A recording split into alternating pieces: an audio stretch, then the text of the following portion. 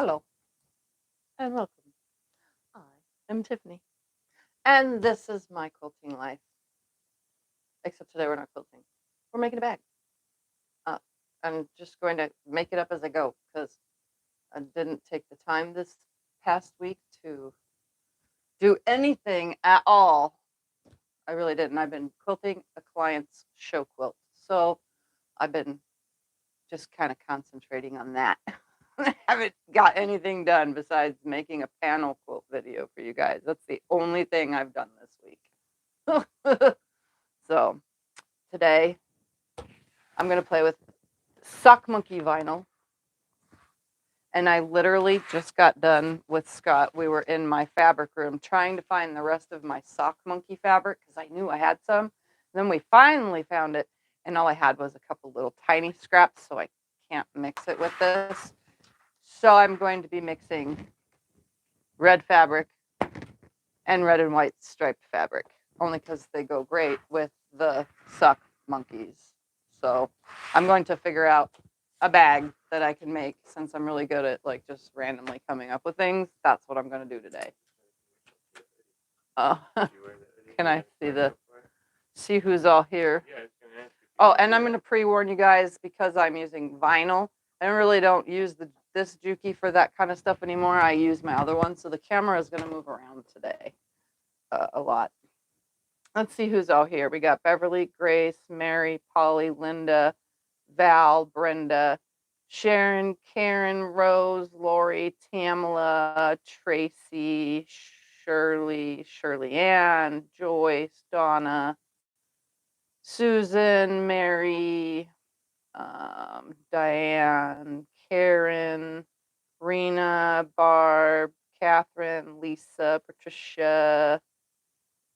All of you guys are saying you guys liked Thumper's little video. Thumper had a video yesterday, if you guys didn't know. Just him, nothing else, no talking or anything except for the end, but that's it. Scott told me, you should have narrated it. It would have been funnier. I probably could have, but I didn't. Let's see, Nancy, Jacqueline, Andrea, Kathleen, Tony, Toby, Joy, Meryl, Melody, and so many, many, many more. All right, here's your thingy back. So I'm going to just make up a Sock Monkey bag, but I want to make more than one bag from this Sock Monkey vinyl, and as you can see, there's not a lot of it, right? So there's 2 Sock Monkeys, which I'm going to separate, and then I'm going to use this as the front of the bag, and this as the back of the bag, and this is the front and this is the back on 2 of them, and then they'll be connected with sides of regular fabric that I have to interface, obviously, so that it's thicker and more thicker so that it meets up with the vinyl, and then we'll come up with all the pieces that I need so that I can have 2 bags worth. So, and then I have zipper right here, and then I have Sock Monkey zipper pulls that I'm going to use with this. And yeah, that's what I'm going to do. I'm just going to make something up, and then my straps will be this. I don't know how I'm going to do the straps, whatever. I'm just going to have fun and make it up as I go, because that's what I do best. So I'm going to start with chopping apart the Sock Monkeys, literally with a rotary cutter. That is right here. You want a scissor? No. Get you a scissor? Nope, I'm going to do it with the rotary cutter. There's one Sock Monkey piece. All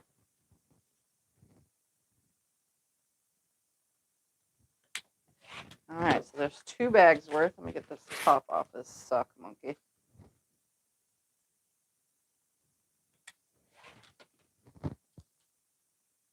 Mav Pack Sock Monkey, that's what it's called. All right, 2 Sock Monkey panels for 2 Sock Monkey bags. Now I'm going to line this up on here and cut out the back of my Sock Monkey bags so that I know exactly the same size. There's one. And then What's your rotary cutter? My rotary cutter is a Martelli cutter, but if Scott puts the link in, there is none available. It's out of stock. Oh, I already put the link in twice. But you guys can watch it till it's back in stock. All right, so there's 2 sock monkey bags worth, a front and a back. Now we need to come up with our sides, front and a back. And then this could be the top and of both of the bags once I know the size I'm going with, which would be, the red could actually be the strap too, because there's not much of this. This might look better as the sides. Yeah, I think this red stripe will be better on the sides. Let's see, how much is available? Not very much. I'm cutting out 2 bags worth of everything. There's 12 inches here. I wonder if there's enough to get sides from this. How much? The sides and the back would be the same? No, there's not enough. I'm thinking out loud, like always, because that's what I do. And they'll tell you all the sizes of everything and as soon as it's cut. That way, oh, I don't have, never mind, it's right there behind me. I don't have my regular trash can over here. It's over at the other machine because I didn't have the tension correct. Do you want me to move the trash can back? No. Let's see, 3 inches, that should be good. For the sides, 3 inches, I need 1, 2, 3, 4, 7, 8. I need 8 3-inch pieces. So I'm gonna get 4 here and then 4 more. So we're gonna do this one.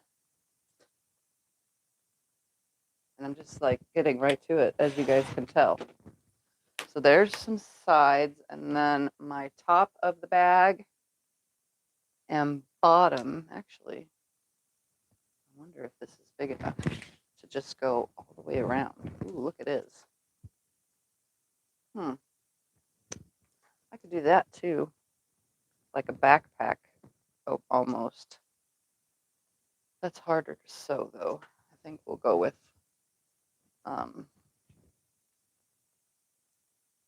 regular sides that hook together at the bottom. And then the top needs, on each side of the zipper, we're going to do 1.5 inches. So I need 8 of those as well. And then I'm going to interface all this. Do you have any good suggestions for a pretty rainbow quilt for a queen size? Any suggestions for a rainbow quilt for a queen size? No, not really at the moment. What about the rainbow one you just did? Always Chasing Rainbows. Yeah, that would work. Tell them to watch that video. With rainbow fabric. There's 3 videos worth of that on my YouTube channel on a Sew Sundays videos. All right. Do you have some brown for the gusset? I'm not going to make it that way. I'm actually going to attach a top and bottom and 2 sides. I'm going to cut out the corners of the sides, and these will be the sides. So what I have so far is, for one bag, I have a panel that's 8 3/4 by 9 1/4 for the front and for the back. And then I'm going to have 3 inches by, what is this again? 8. It was 9 1/4. 3 inches by 9 1/4 tall. So I'm going to cut these. That way they can be interfaced with some, we want 9 1/4. Oh yeah, there's plenty of space there for that. All right, we're going to turn this around and I'm going to get all 4 of them from this. Let's make sure one more time. So you got your Sojo back? 9 1/4, yep. Yes, I got my sojo back from making a Christmas or holiday themed quilt. All right, so now I have 4 for this bag, and then we're going to cut out 4 for this next bag, and then we'll go grab the interfacing and do all that stuff. 9 1/4. Tell them to watch the holiday quilt if they didn't see it. Yeah, if you guys didn't see it, it's the holiday quilt video.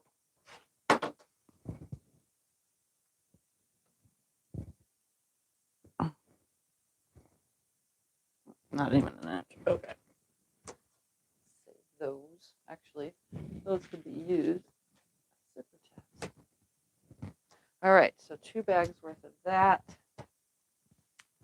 Then I don't know the length of bags sides yet. Let's see how big that will be. Minus that, so it's about 14. It'll be about 13 inches. Okay. So for the top and bottom, I'll get 1 more out of this of a 1.5 inch. And then the rest can go in my strings bin. And then when we know the size of the outside of the bag, then I'll know the size of what the lining should be. And then we can make lining with pockets and stuff like that too. So there's 3 cuts of that.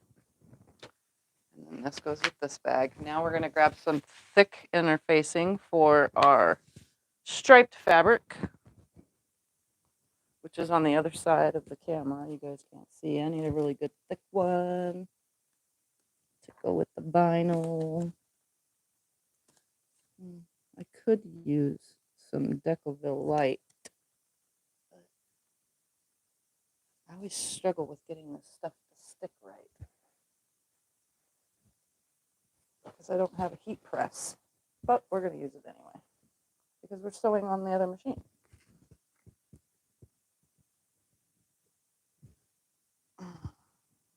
What kind of bag are you making? Just a crossbody style bag.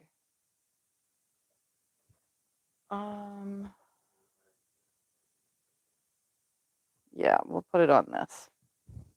Let's put some regular interfacing on it first, though. This, not that one, not that one. This one. Where's my regular Pellon 911? Is it all in the garage? No, that's 101 in the garage. There's 911. Okay, I can go get you stuff in the garage. No. You need more of that? Yep. All right. Turn the iron on for me, please. Told you guys I'll be all over the room today. Show them what you just got for Christmas. I don't know what I just got for Christmas. Yesterday, salad toner. Huh? Yesterday, salad toner. Oh, yeah, we bought batting. For Joanne's had batting for on sale, so Scott bought me 2 big, huge rolls of 80/20. But we can't find cotton right now because everywhere is out of stock. At least the kind that we want. They had a big sale. But they had a big sale, so if you're looking for batting by the roll, 30-yard rolls were like $150. Yep. How many fat quarters will I need to make a twin size quilt? I don't know how many fat quarters make a twin. I just usually use a pattern.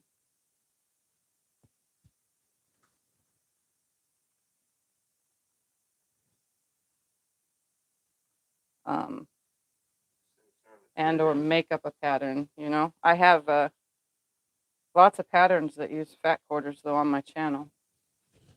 I'm going to interface everything while I'm at it.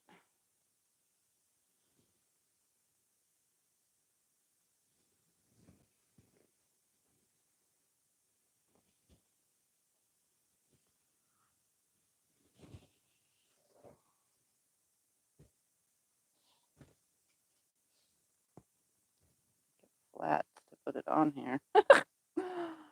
I'm trying to line everything up on the interfacing stuff.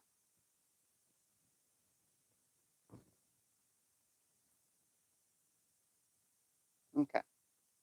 Everything's on here. I'm gonna press it all at once.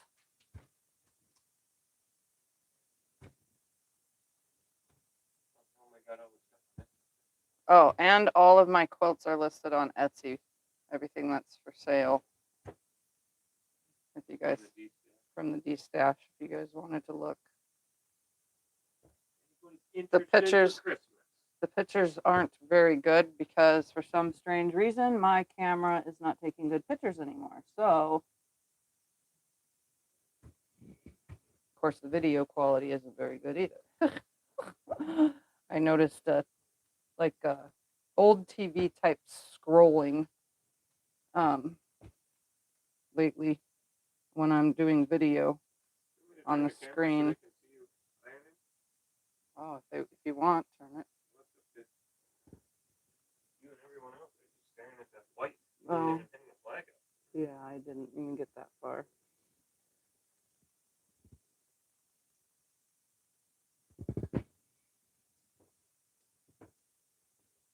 I put all my pieces on here. So no, there was no coupon. That was the sale price. Nope, there was no coupon. That was the sale price for the batting.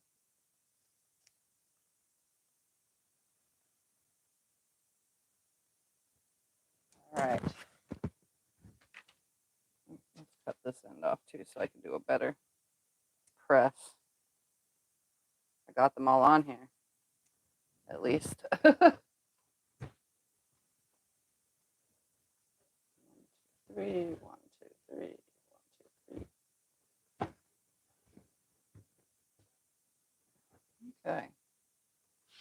Now to separate it all.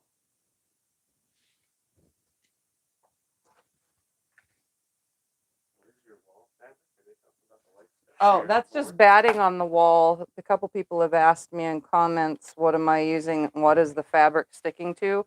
Right now I just have batting on the wall. Where's the flag? It's right there. I'm just snipping the interfacing off apart, or these pieces apart now.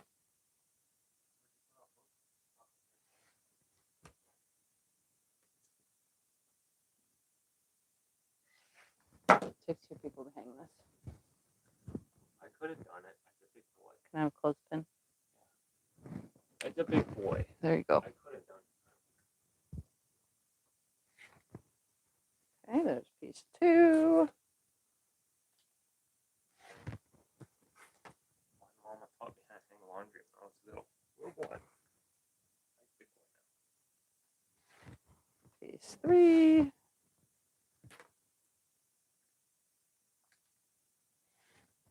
And piece 4. For that bag. And separate these for bag number 2. Tell them we bought it online. I don't know. We bought it online. It said online only on the thing. Yeah, the batting was online. The batting was an online only sale, guys.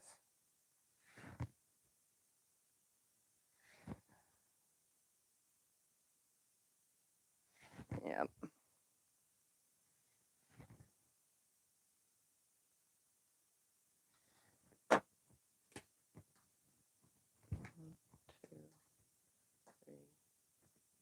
And 4. Okay. So there's these and these. And now we're going to go and attach these on each side.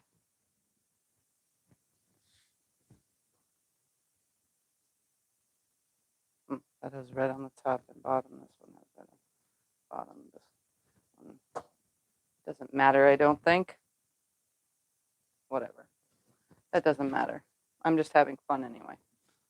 All right, I'm going to sew these on and then get a size, and then I'm going to put some Decaville light on them.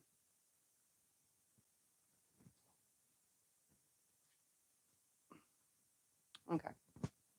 So let's go over to the other machine. No, camera has moved to over here.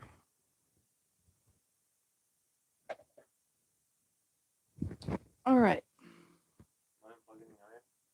No, because I'm going to need it again. All right, let's just move my sock monkey things on over there for now. Okay, those two there, these two here. And I'm going to sew one of these on each side with a whatever inch seam allowance, because I honestly cannot tell when I'm on this machine.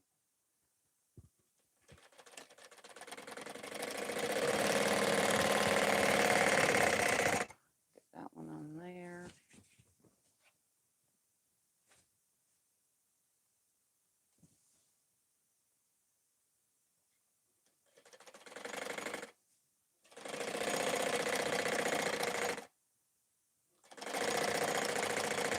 And if you're curious, this is a Juki DU 1181N.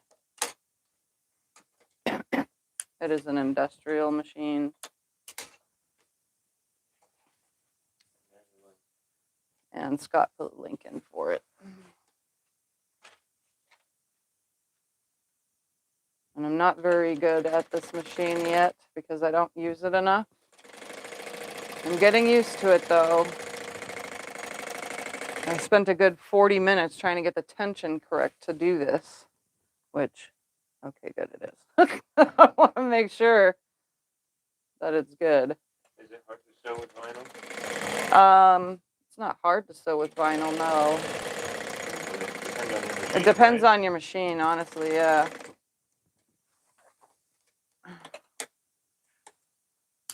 Okay, so I have my two pieces on, and before I stick them on anything, I'm going to top stitch a nice stitch down them. Putting it on, so I'm just folding it to the cotton side, but I'm going to stitch on the cotton side with a top stitch, so it'll go through the vinyl, and it stays pretty nice. Right there on the edge.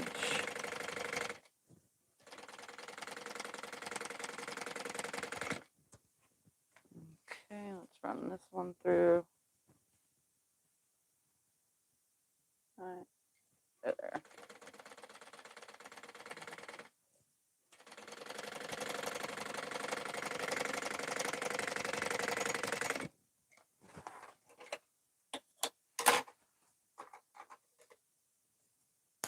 So I have a nice top stitch. You can see that on the camera, and it's holding the vinyl to one side. I'm just going to go ahead and do that the opposite direction now. Just right next to the edge of the vinyl. Are you using matching thread color? I'm using a cream color, which matches the sock monkeys. Even though this is white on here, on the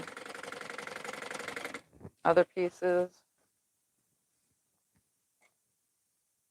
But it matches good enough for me.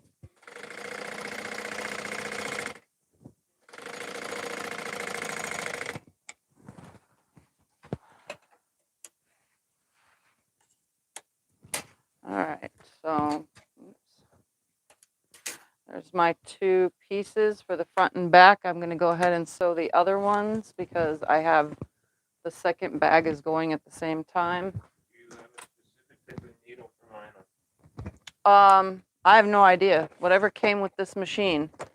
It came with DPX1721 needles. I haven't ordered needles for this yet because I haven't used it enough to need the needles yet.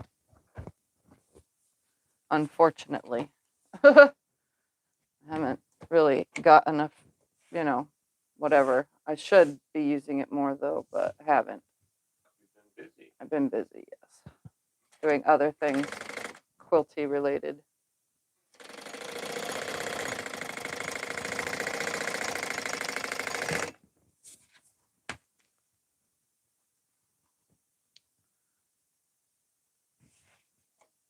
I'm making both bags at the same time.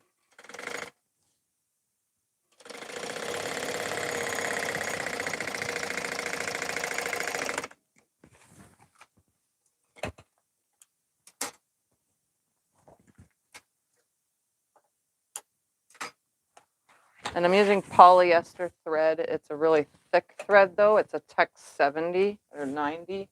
I'll tell you right now. Tech's 90. So it's a very thick thread. I like the look of it on vinyl. It's really thick. Kind of looks really cool.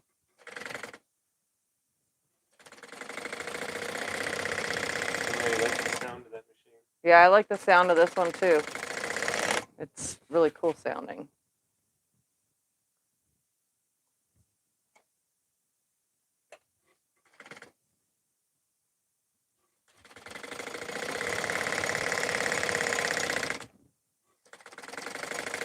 Is it really that quiet, or do you have it set on quiet mode? There's no quiet mode. It's this quiet unless you're rolling a bobbin, and then it's really loud. Yeah, wake the neighbors loud. Yeah, it's really loud when you roll a bobbin, not when you're actually just sewing, which is weird. I should move some of this stuff out of my way so that I'm not hitting it.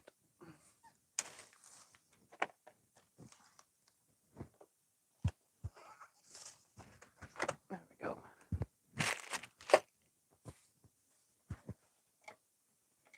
Your quietest machine. Yep, this is the quietest machine. Yes.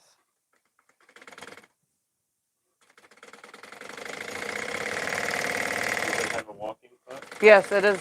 This is a walking foot machine.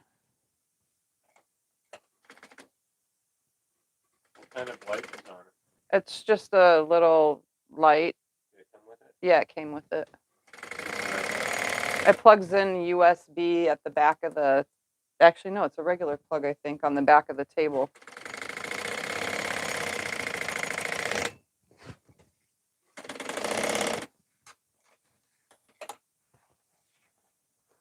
All right, this one has its top stitch. Let's do this side now. Everything's looking good.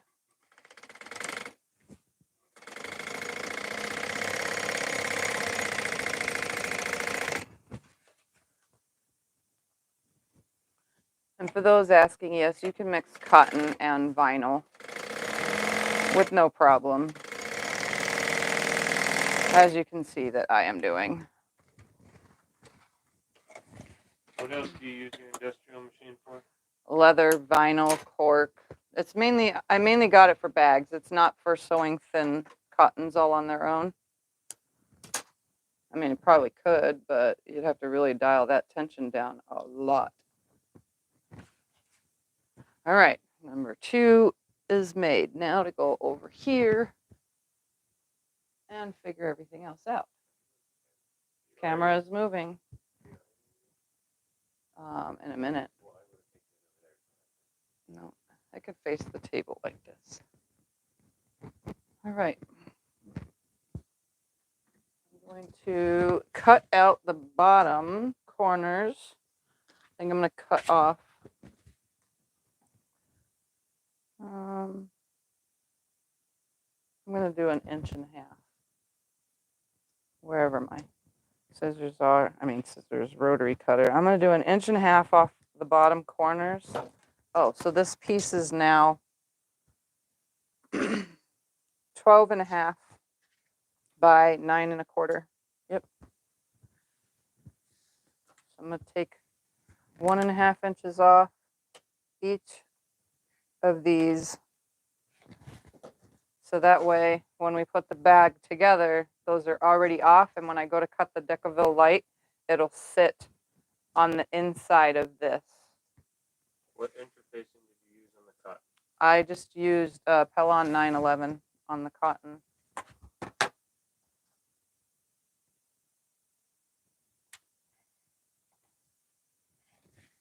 I'm just making a little simple bag.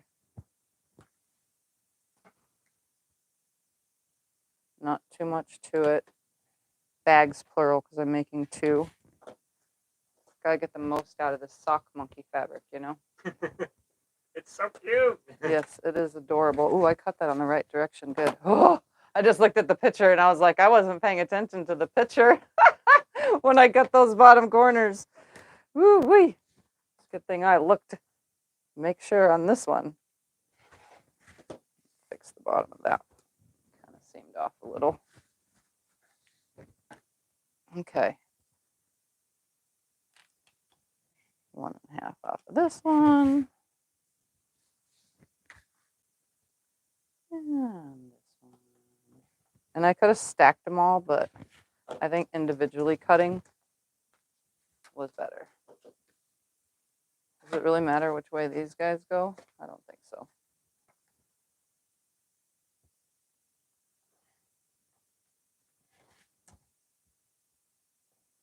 The crazy guys are all in it every direction, right? Yeah.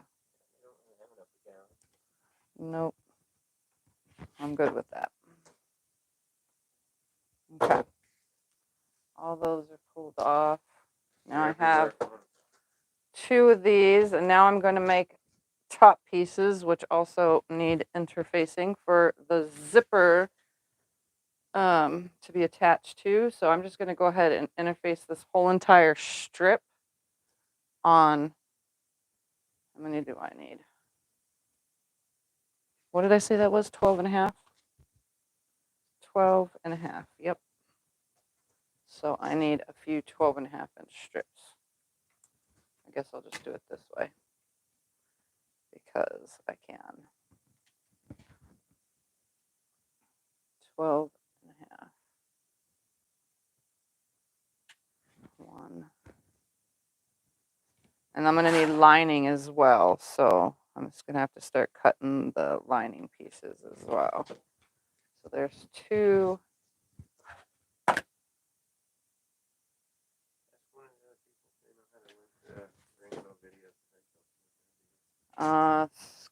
Scott is wanting to know if one of my moderators can link the Always Chasing Rainbows video. At least video number 1. The links for 2 and 3 are in the description of video number 1. I think I'm going to have this on the inside as well. I'm going to get 3 pieces per. That's what I'm going to do. I'm just going to make it inside and outside of the zipper. So there's 1, 2, 3, 4. Yeah, we'll do it on the inside. It doesn't matter if it matches the lining or not. That'll be just fine. I'm cutting these 1.5 by 12.5.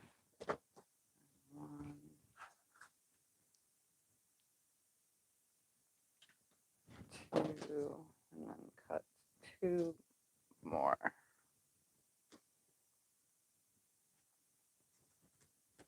I'm just going to cut this on the fold. Okay. So 1 for each of these. And then that's what's left.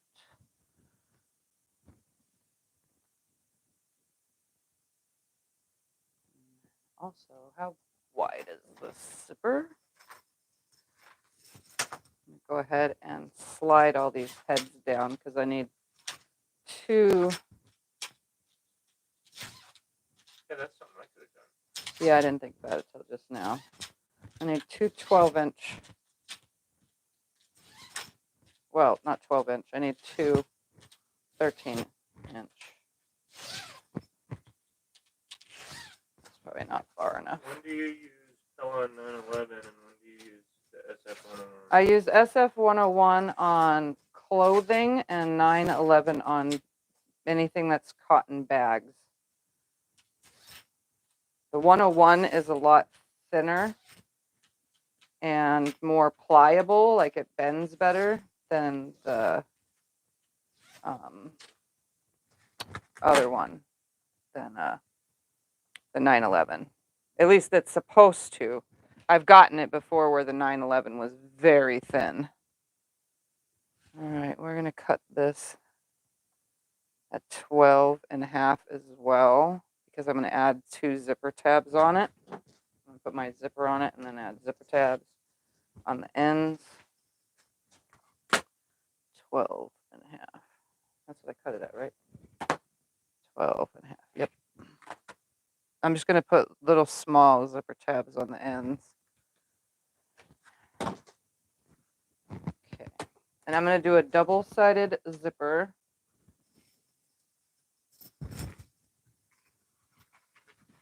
Actually,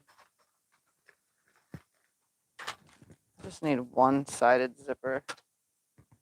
And then this can go on the inside of the bag. And I'll have one zipper head left. So one for each bag. I'm going to flatten these zippers out.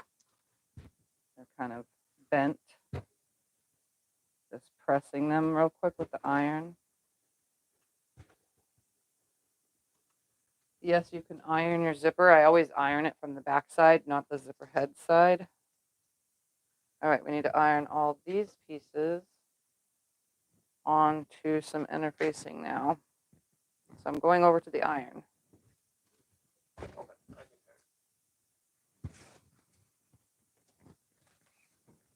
I'm just going to do that same thing I did do. You might have to tip the iron head back up. I mean the iron. The camera. I got you. And I got to tell you guys, I don't pre-interface fabric and then cut it out because I only use so much for the bag. And if I pre-interfaced everything that I was going to cut for a bag, then I would waste a lot of interfacing. So I actually don't do that. I actually interface as I go. A lot of people have asked that in the past on bag videos in the comments, and I just would rather do it this way, where I do it per individual pieces so that I'm not wasting anything. All right, so now I'm just gonna press all these pieces on here.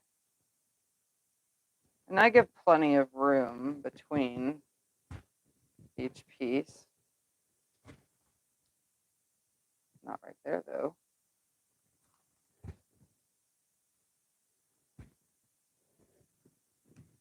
Go. And then I cut it out.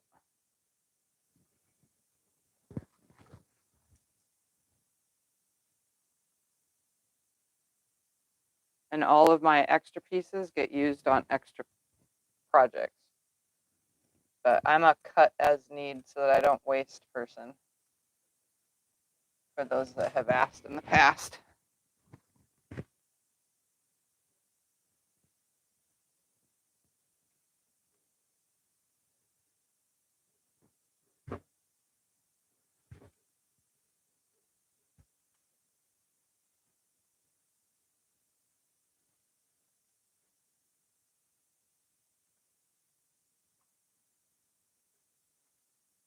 Okay.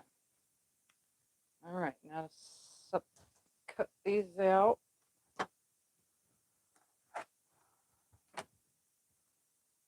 The camera is going to move in a second.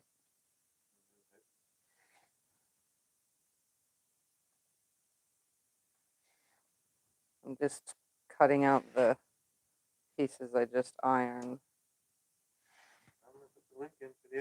Got put the link in for the Etsy shop. It's in blue. All you have to do is click on it.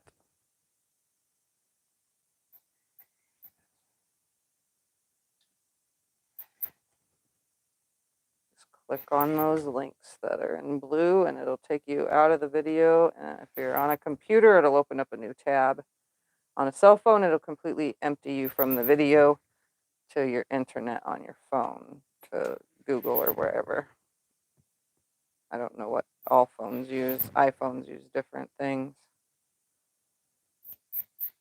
All right. I'm here to help. Thumper's here to say hi.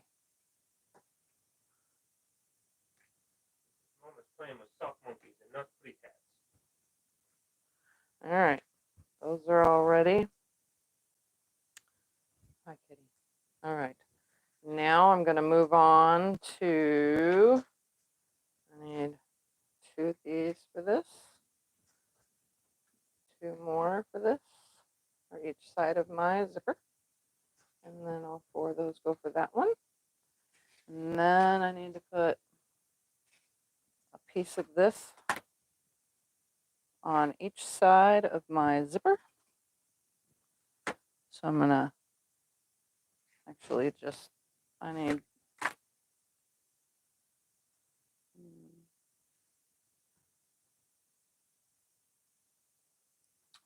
4 2.5-inch pieces, 1 for each side.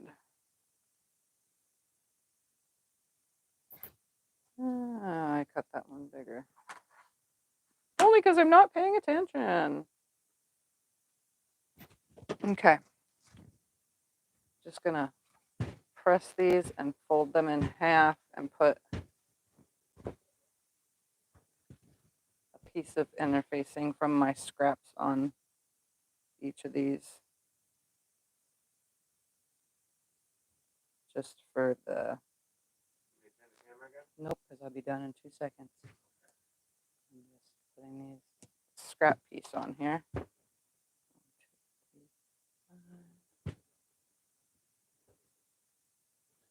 I want every part to be as thick as I could possibly get it on this bag. All right, because of the vinyl. And I'm going to add the Decaville on it. All right, so what I'm going to do is put my zipper head on here. This doesn't really matter.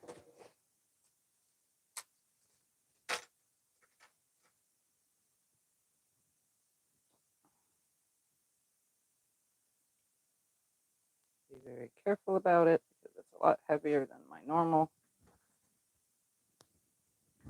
attachment of a zipper head because it has a dangly sock monkey from it.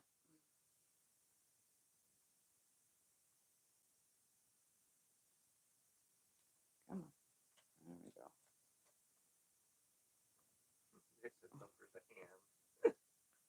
He sure is a cutie. Come on. The size of a ham too, huh? He's about the size of a ham. That's what Scotty said. He's the size of a pig's rump. Because that's what our ham is. The piggy's badunkadonk. Yeah, I told you should have narrated the video. They said they were narrating for him as they were watching it. You know, I actually haven't even gone through and read the comments either. I'm going to use this Juki real quick too. Sew my opening closed of my zipper now that I have it. That way. You tried the fork trick? I tried the fork trick. I can't get it. So I just do my own thing because I cannot get it to go with the fork. So I just do this the way I'm used to it. I just slide a little bit in each side and then hold it with my fingers.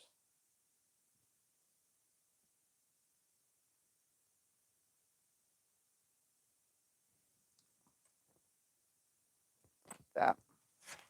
And then slide it. Sometimes it works faster than the other times. Come on. There we go. Oh, that one lined up perfectly. I'm still going to break it and sew it.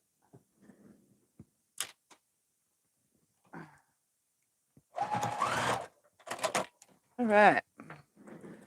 Zipper heads are on. Now I'm going to take this interfaced end piece and I'm going to put it on here on the end.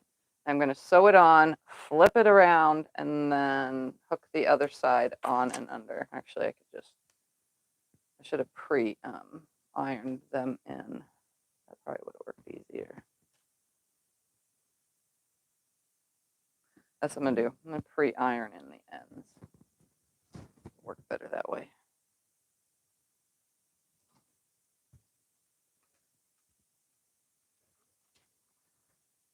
And this one wasn't 2.5 because I overshot the 2.5 number like a dummy.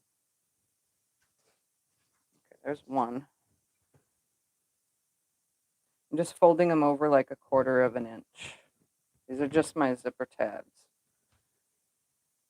And I'm just going to go sew them on over on the other machine so that I'm using the same top stitch thread as the rest of the project.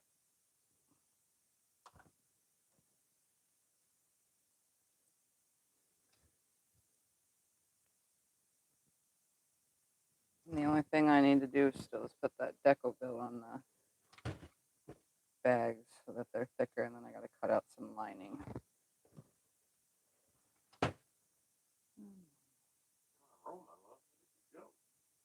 Two bags in one video. All right, all my pieces are ready. I just need to go over to the other machine now, and I'm going to fold them in half like this. I'm going to put it over the zipper just like this, and then I'm going to top stitch across it on all 4 pieces. Scotty, can you be the camera guy?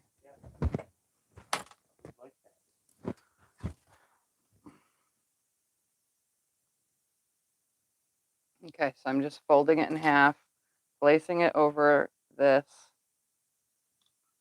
right here, and I'm going to top stitch across. Huh? You want it closer? As long as it can see what I'm doing. Well, yeah, I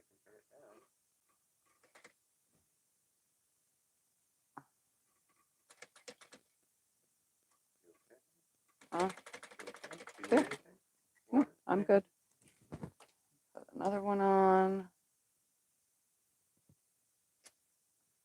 I'm just finger pressing them in half.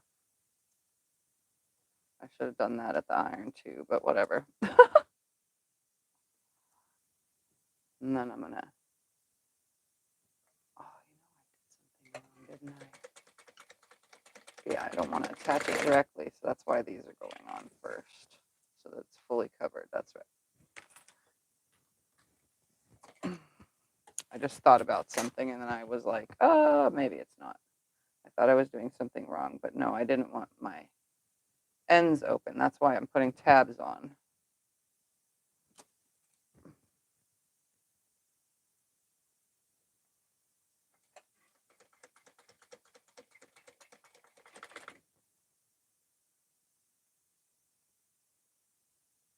I kind of want to put 2 stitches across because I like that look. Up to you, honey. Ay, Make it stay. the Tiffy special. I like that Tiffy special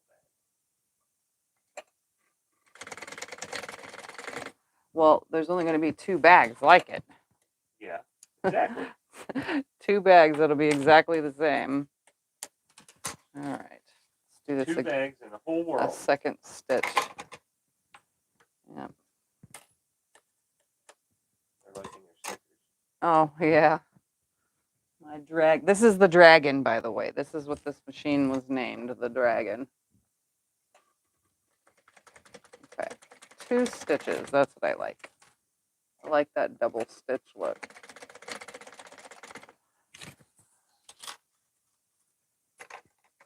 Because I'm just different with the things that I like.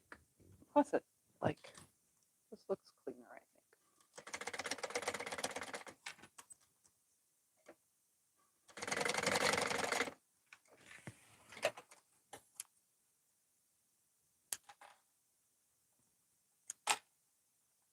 Okay, and now we're going to grab our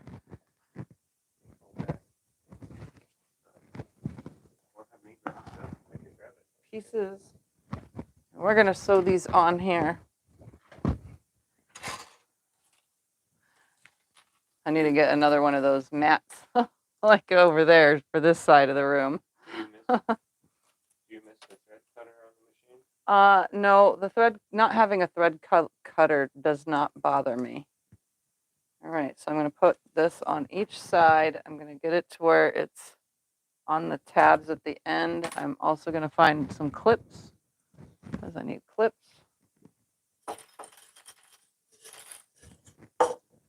And I'm going to put it on both sides. And obviously I'm going to trim to size as well. So I need one on each side because technically one is for the lining and one is for the outside of the back.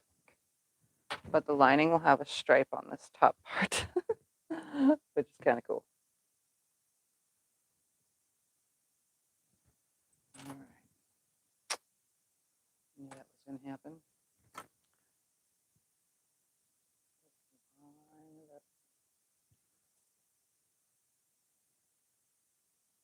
Oh, should have been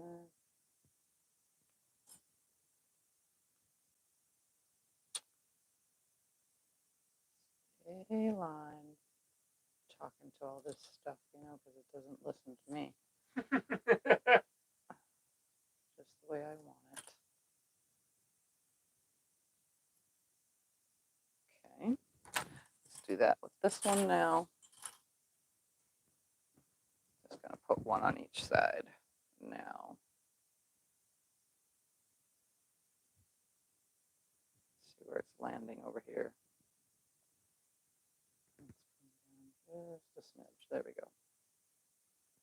Remember, I made those ends longer than they needed to be.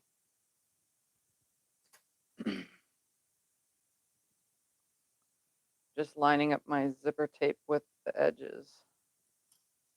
Right sides together around the zipper.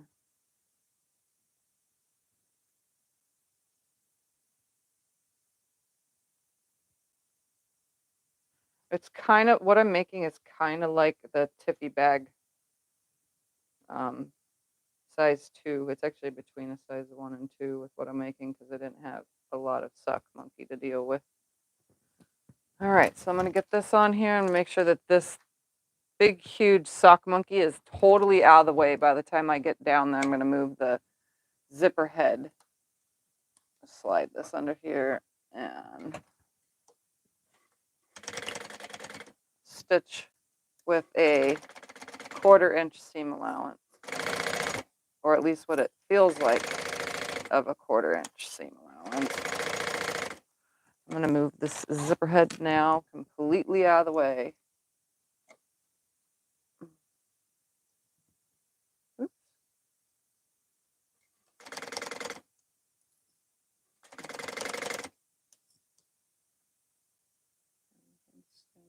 Lined up.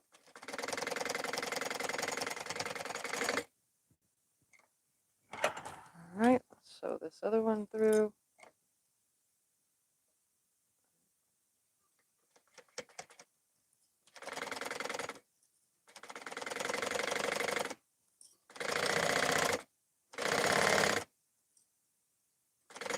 All right, move the zipper head out of the way.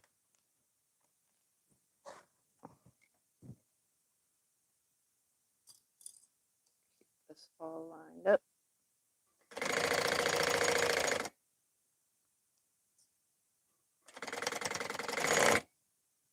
Okay. Now to top stitch.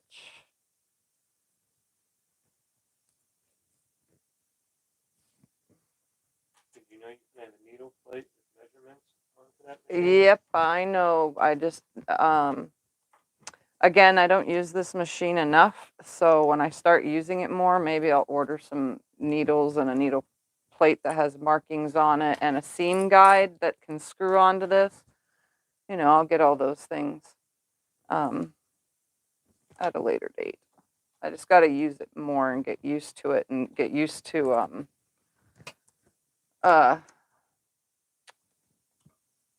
how the speed and stuff, you know. Okay, I'm top stitching. I'm just making sure that everything is finger pressed back. I didn't even take it to the iron. You can, but I'm not gonna.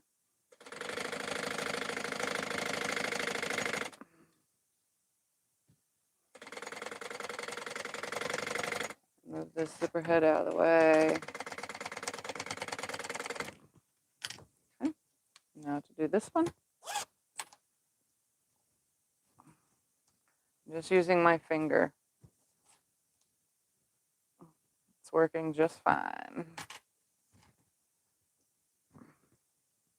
And I think I'm going to do a second top stitch because I kind of love the look of that double stitch. I don't know what it is about double stitching. It just looks great to me. All right, put this one through.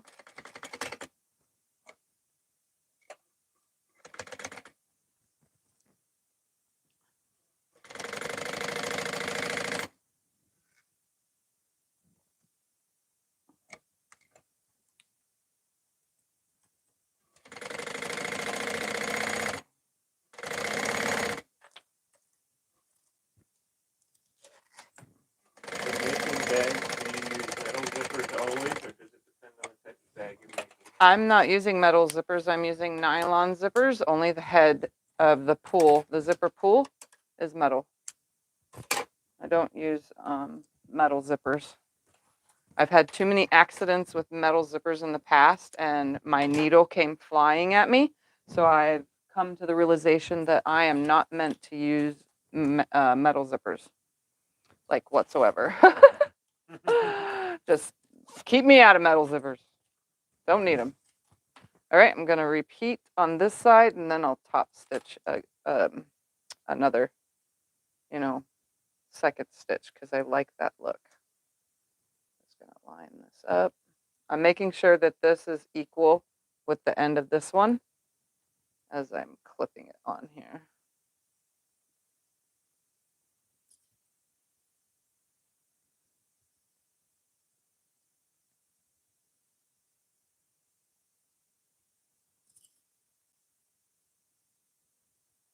Yeah, I'm definitely not a pro at this machine yet. I mean, I know how with any, I can use any machine kind of person, but I definitely am not used to it because I don't use it enough.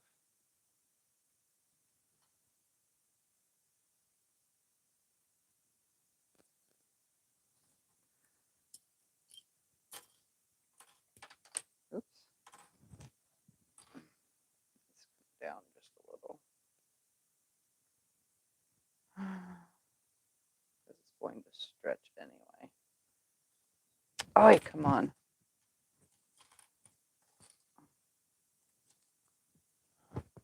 Do one first, and then I'll come back and put the other one on. What are you doing, Thumper? You didn't see this? This is the third time he's done this. Well, the second time he's He done it all is the way. so funny. That cat. When I was eating dinner, he came up under my feet and he was nipping at my pants, trying to get me to reach down and play with him. But I was eating. Like, he is in a playful mood. He was yesterday. He always jumps in the laundry basket after we do laundry. Once all the laundry, well, he tries to do it when the laundry's still in it, but I don't like his hair on my clothes. So we definitely try to stop him from going in the laundry baskets while the laundry is still in it, fresh from the dryer. So as soon as the laundry is out, he jumps right in, and that's where he wants to play. He starts freaking out over anything on the floor and sticks his paws in and out of the side things. Well, we started that with the daycare. We Yeah. the daycare kids in the laundry baskets and slide them around on the floor. Okay, I'm sewing the zipper 1/4 inch. I'm gonna get it down just enough to go back and put that zipper head the other direction. Have you ever heard of the Juki TL15? The Juki TL15 is just like my 2010Q. It looks just like it. I mean, it's a little bit slower, I think. All right, let's put this side on. I think that's the only thing that's different, but everything looks the same. I don't know. I don't know exactly what is all different on it, but it looks the same. But yes, I've heard of the TL15.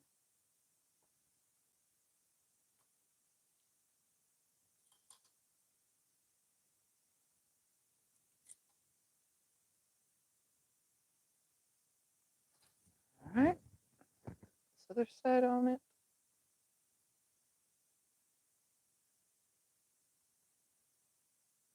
Okay, so I'm doing everything from the sitting upright, holding it position. Normally you would, you know, lay it down and put all your clips on, but I'm, you know, not that much of a genius today, so I'm just like holding it, doing my own thing, which is what I usually do anyway when I make bags. All right.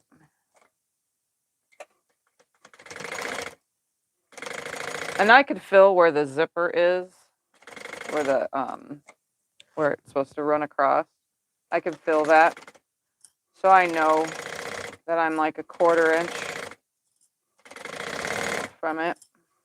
I can tell, sort of, because I'm used to making bags, I guess, is why.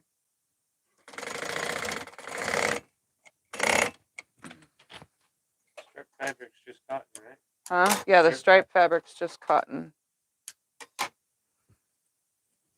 with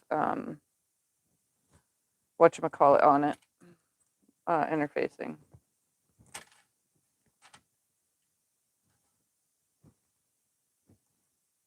Okay, now I'm going to top stitch it.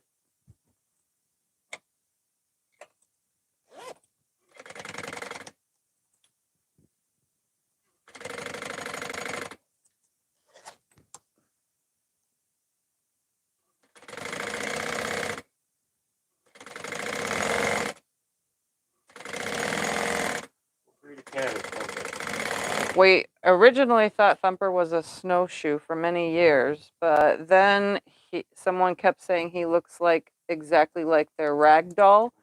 So we looked it up, and he's a mitted rag doll, but he still has the look of a snowshoe as well. So anyway, he's a mitted rag doll snowshoe blend, probably. That's true. He could be a little of each. Yeah, he's probably a little of each.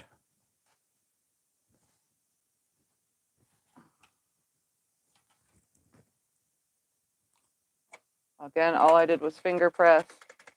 I'm just going to keep that head from turning. I just don't want that head in the way of this going up and down, because I definitely don't want to break anything.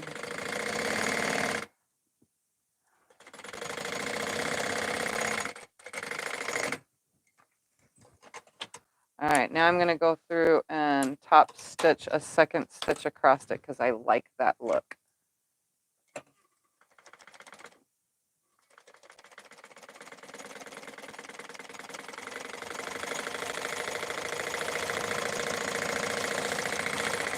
It just looks really cool to me. I don't know. I'm weird.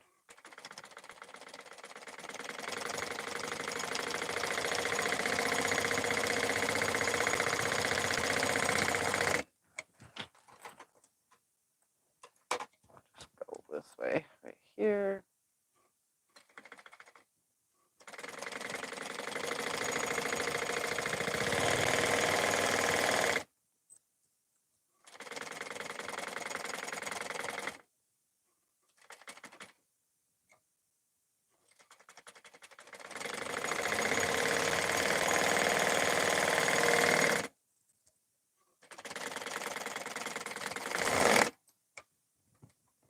Where'd you get Thumper? What's his story? Thumper's story is when I used to clean houses to make extra money when renters would trash them, and, you know, the owner would say, well, it needs to be cleaned up before I can re-rent it. So I would go in and clean up the rental. And I went to clean up a rental one day, and Thumper, I kept hearing this sound, like this weird, like brushing sound, like this. Can you hear that? I just kept hearing that, and the slight sound. And I was like, where the hell does that come from? I searched that whole entire house, and I could not find that sound, but every time I hear it, it sounded like it was coming from the kitchen. So I went into the kitchen and I started digging. I opened all the drawers, I opened everything up and looked and looked and looked, and finally, underneath the cupboard, you know, at the bottom, the kick plate was missing about this far on the bottom underneath the cupboard, you know, that kick plate was gone, and I could see something moving in there.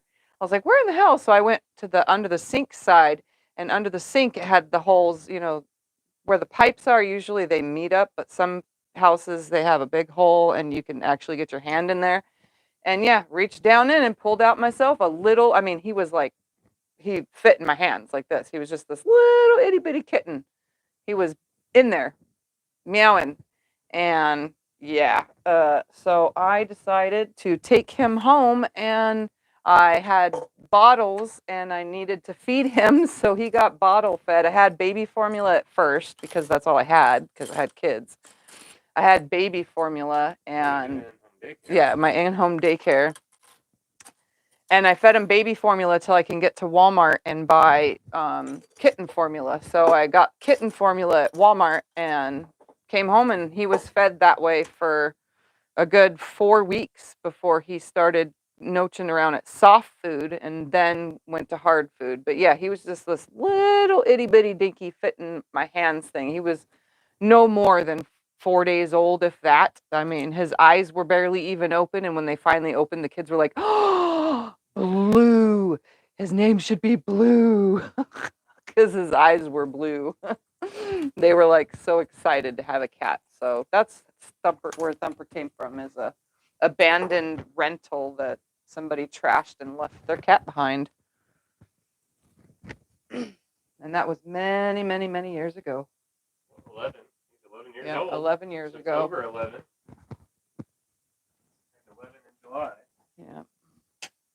All right, now I'm going to make sure that these are the correct size. I'm also going to do the Decoville for these pieces. I need it to be 12 and a half, and it still is 12 and a half. Look at that. Perfect. Just going to make sure everything is good, and it is.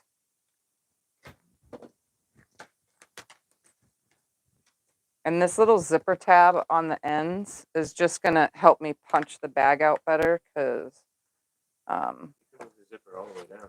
I could, yes. There you go. I could be smart about it and move it, yes. It's just to help me push the bag end out, honestly. Stay right there. I don't even need this to measure this. I just need that because they're both exactly the same.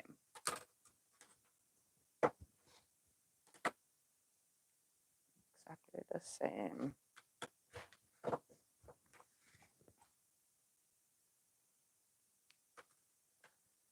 All right, and then I need to cut out the lining now and the Decoville, because I want these to be kind of hard. That's this stuff right here. It's for bags. I don't have a heat press. This stuff works better with a heat press, but I'm able to manage it, hopefully, on my own. All right, let's see. We're going to cut these out. I always cut them out and leave room for the seam allowance. Decoville light or heavy? This is light. It's supposed to be light, but it's I almost said a bad word. It's heavy to me. It seems so thick compared to other people's that I've watched their videos and they've used it. It's not going to work that way. I'm just going to rough cut this out. Where's my scissors? This is one side of fusible stabilizer. There's a percentage of polyester and whatever. I'm going to put it right about there and make the cut.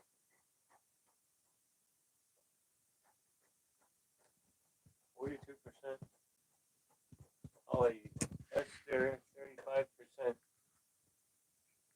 viscose, so something, and 20-some% polyamide. Yeah, it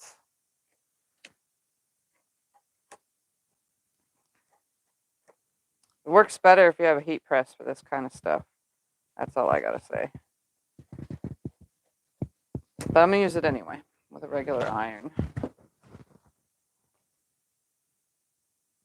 because I've done it before. And I'm gonna do it again. But I want a nice thick bag. want it to be durable. Okay, 2 more. It's really stiff. Yes, it is. The iron, just like the polyester. yeah, the iron is supposed Yeah, to. not polyester. The I'm not going to use the scissors what's because the soft one? it feels like the vinyl. Yeah, it feels just like the vinyl. That's why I'm using it, because it's going to make that like the vinyl. And as you can see, I just went with rotary cutter because scissors is making it hard. I'm not going to have it in the seam allowance. So I'm literally going to line it right here away from the seam allowance. I'm going to scissor cut it. I have to do it this way so I could see. I'm going to make it the size of this piece. Hoping.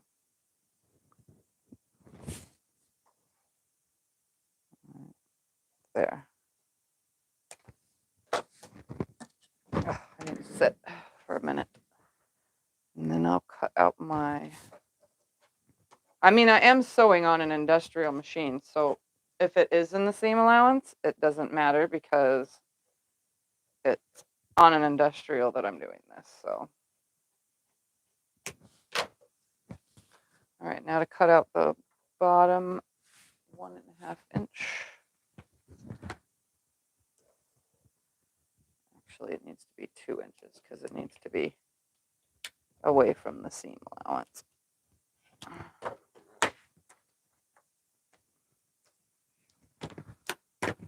Yeah, I'm not going to buy this kind no more of this for bags. I don't like this kind. It's too stiff. That could be used for something small.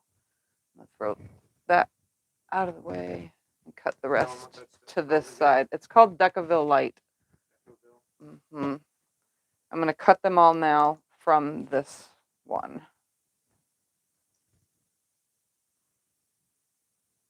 Just going to lay it on here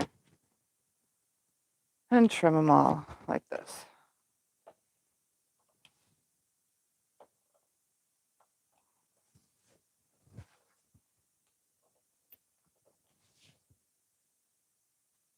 And then we'll put it on with the iron. Have you tried any soft and stable foam? I have tried the foam, yes.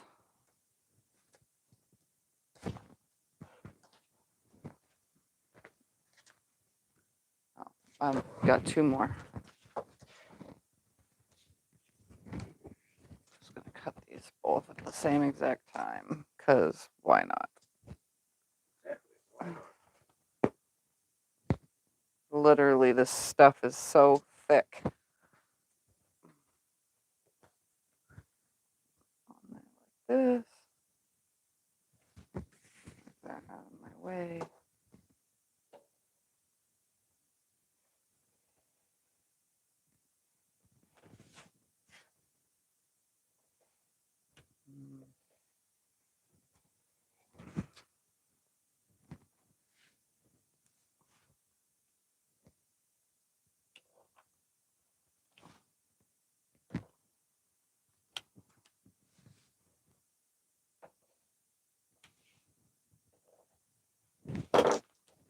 Okay. And this stuff down there. This can go in the garbage, which is over there. I'll take care of it. All right. I'll take care of it. I'm going to iron these on here now, which is going to take a minute because I don't have a heat press. And for vinyl, I need a pressing cloth.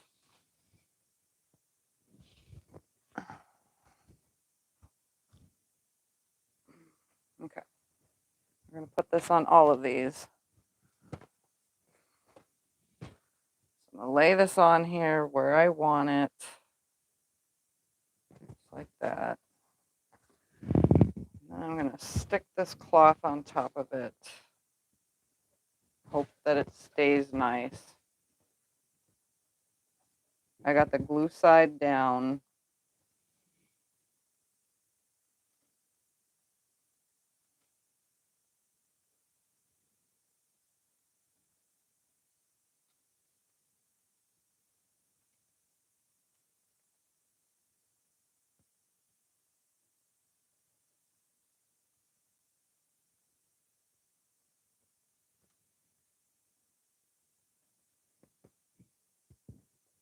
So like a heat press would hold for like 15 seconds or something like that.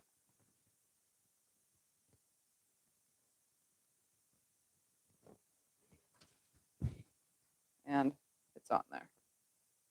So now it's like the whole thing is now like a, I don't know, it adheres to it nicely and it'll lay better. Fusible fleece, do you use using steam or just heat? Everything I do has steam, no matter what, because the iron, even with the steam button off, it still steams. Okay, that's where I want it. Now hold it on here.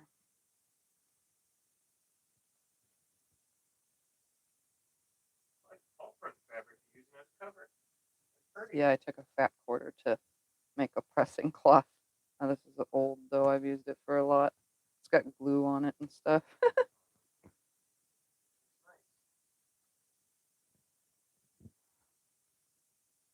Again, heat press would hold it for like 15 seconds, so I kind of just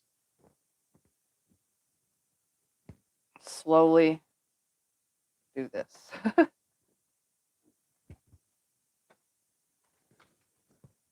right, pull that off, and it's adhered, so it's, you can see it's not as stiff um, when it's heated, you know, as opposed to when it's dry. When it's dry, you can see it like when it's wet, when it's dry, it goes back to that hard stiffness. But you know what? It works just fine. Oh, I forgot to do that second stitch on the outside of those. Oh well. Did I do it on these? No, I didn't. I guess I wasn't paying attention, but that's okay. Glue side down. I'm lining it up to where it's not in the seam allowances. Once I get it where I want it, I put my pressing cloth on top, holding it.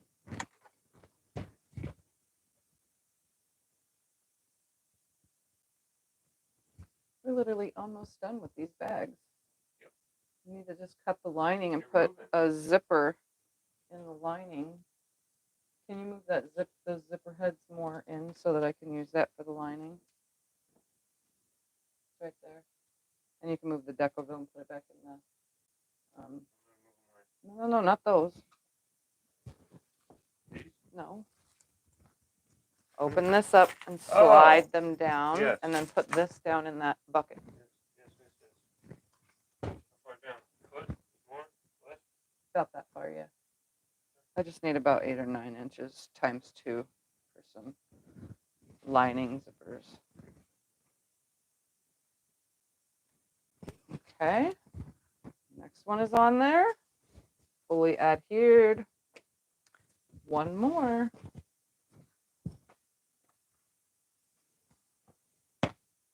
And this will just keep the bags nice and open instead of collapsing. At least they give you a lot of zipper heads on this thing. Yeah, that's enough for 3 yards. You'll have plenty of extra zipper heads. I'm going to have to buy you in the future zipper myself. If I keep using custom zippers, yeah. Is that enough there? Yeah.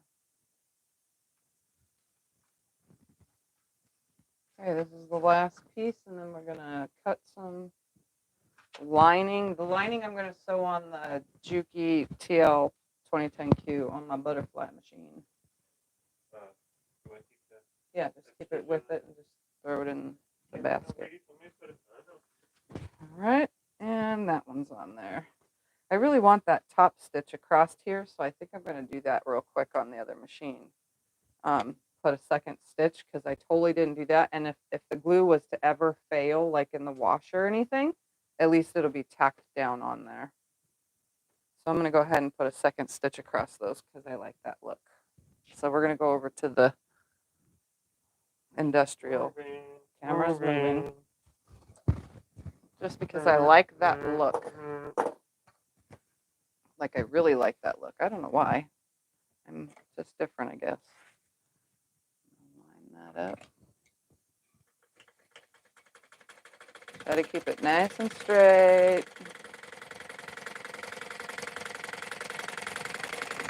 And do all the pieces.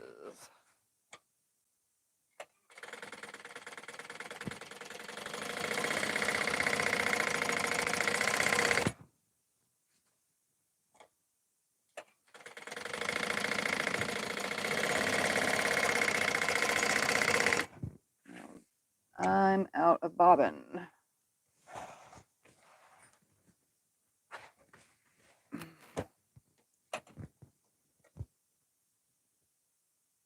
I gotta put a bobbin in here. Where did I put all the bobbins? Put them somewhere. Oh, I put them up here. I put them up above. Come on.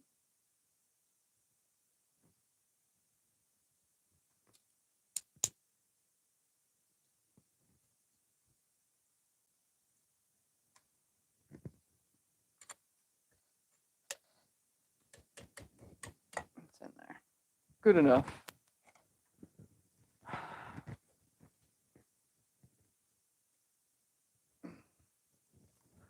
All right, now to find where I was. Put that needle down in it.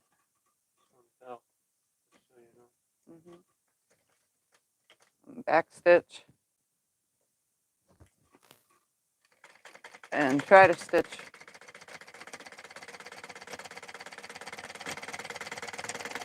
where I was. And this is why you should move everything out of the way. This keeps falling.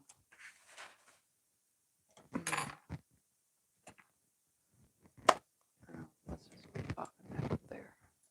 They tend to stay up there nicely.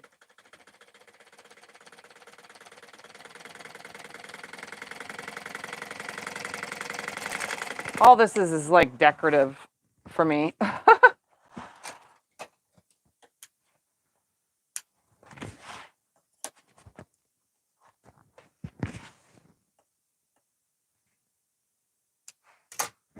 right, now the opposite. There.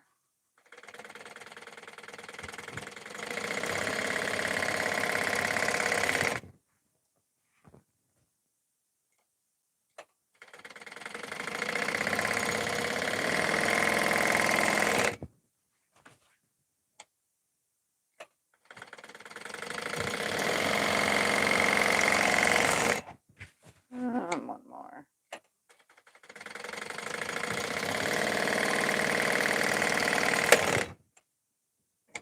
Okay, that was a weird sound.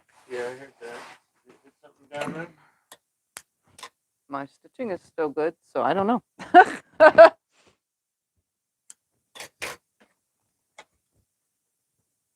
Nope, the needle's still good. It didn't break a needle. I don't know why it made that sound.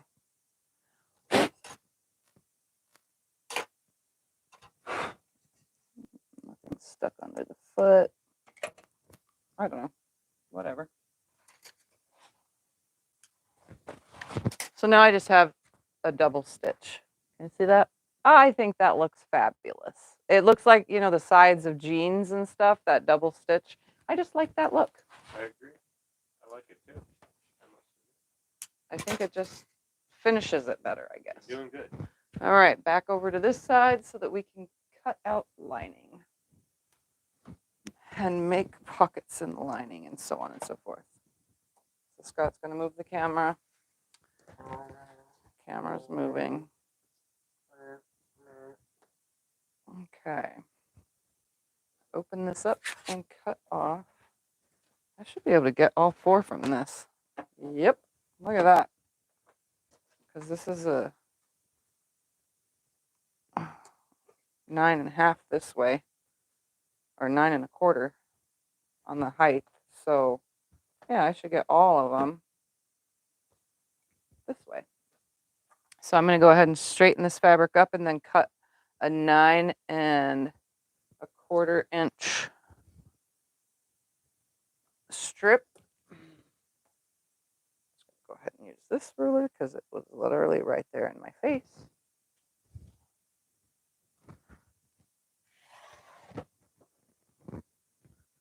All right, 9. You know what? I'm going to cut 9 1/2 just right now because I have a feeling that it's going to. No, because no, I can't do that. I have to actually cut the crossway, which is 13. It's a good thing I didn't start cutting, huh? I need the length, but I'll get 4 this way. Yeah, so I need to cut 12 1/2. See? I thought you just said 13. No, 12 1/2. I just measured it. See? 12 1/2. Okay. There, right there. 12 1/2. And then subcut into 9 1/4. That's 1 bag, 2 bag, and then we need pockets in the bag. So I'm going to go ahead and cut another strip off of here really quick. That's 8 1/2. All that over for the insides of the pockets. We're going to cut 8 1/2 inch strip.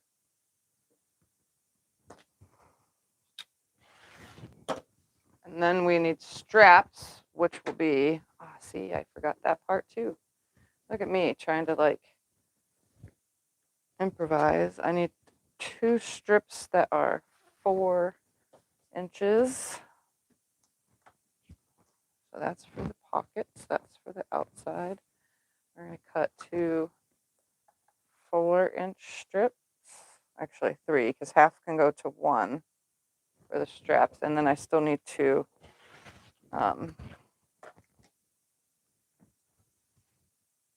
make the strap ends.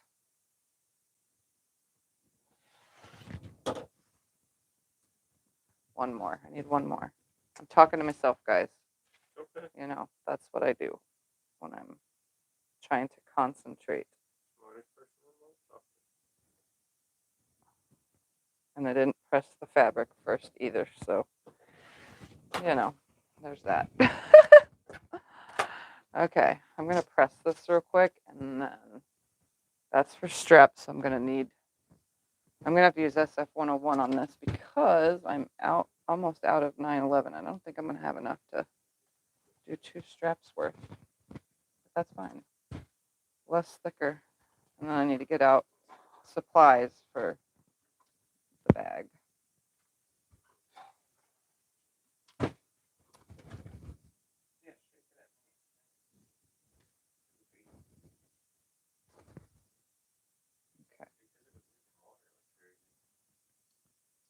There and right there. So those are for straps. Get 2 straps out of that. You want me to clean it off quick? Sure. Yeah, I know how to do it. You just keep working. Keep working. All right. I know. How tall were the bags? 9 1/4. So pockets will be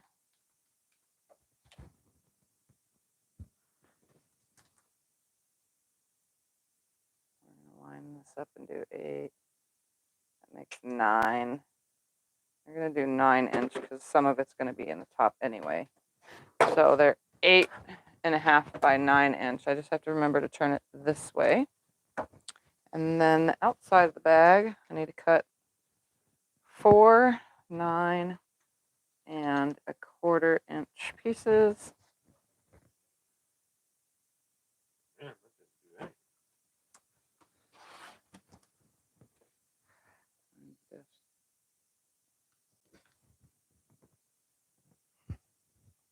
So let's line it up on a line and go over to 9. That would be 9 1/4 here. And then we'll cut out our 1.5-inch bottom. I need 2 that are 9 1/4. Let's line this up. Sorry, my love, it didn't work. Very good. Turned off. It's 9 and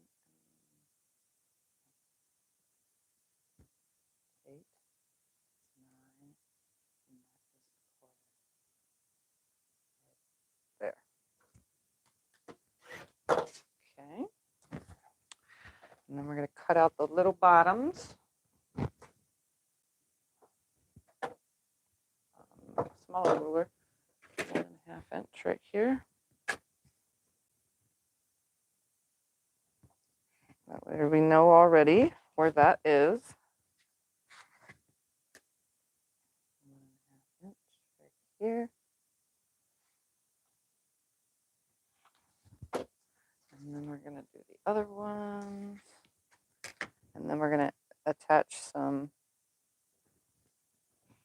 pockets and slip pockets, which I will get the pockets with the zipper from those one pieces, and then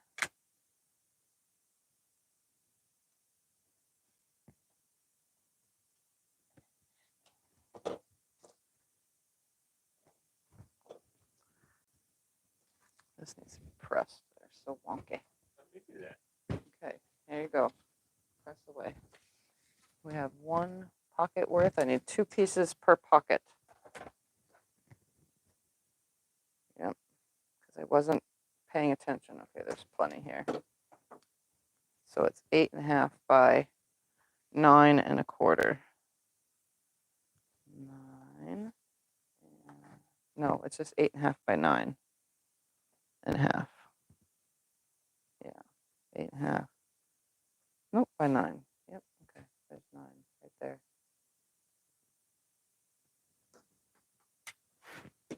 And 8.5 is this way.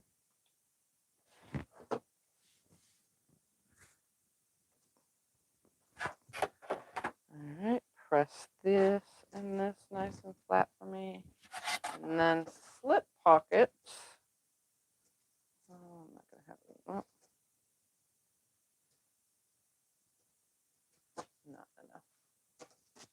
Let's cut 1 more strip for some slip pockets. By the way, this was 1.5 yards of fabric. This red. So if you guys want to know how much I'm using. All right.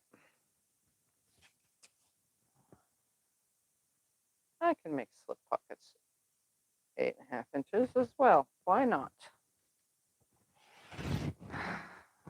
All right.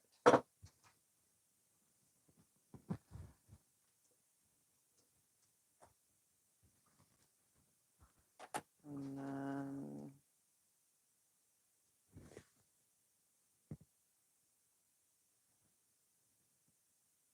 Make it long and big enough for a phone. yep. One lady said. Our phones are gigantic nowadays. So. Just need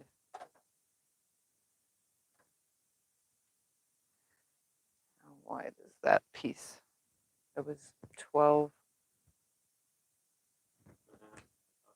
Yeah, 12.5. So that's yeah. So let's line this up. 12. I'm going to make my slip pockets as long as each bag. So like this. On here. Like this. That should be good. Okay. So I only needed 2 of those. Now to iron these 2 pieces for me. And we're going to grab some SF 101 for the straps. 101. That's my one dish. Here we go, right there. I buy a ton of this stuff. So you can see how much more floppier this one is. The other one's more stiffer. I need to cut some strips off of here that are 2 inches.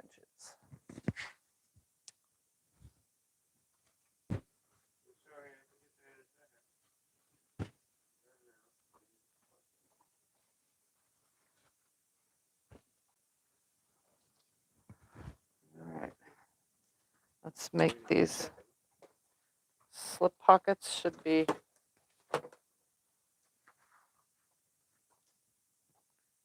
long as the thing. So I'm going to put these right sides together and sew all the way down. That should be a deep enough pocket. Let me find. Or I can just do a deep sew. Let's see. It's folded in half and I'm losing that amount right there.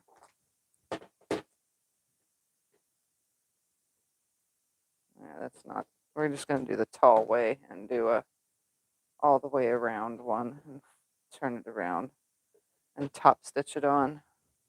Can I just make it however you want? It doesn't fit on, it doesn't fit on. Well, it's going to sit at the bottom of the bag. I'm going to lose a 1/4 inch here.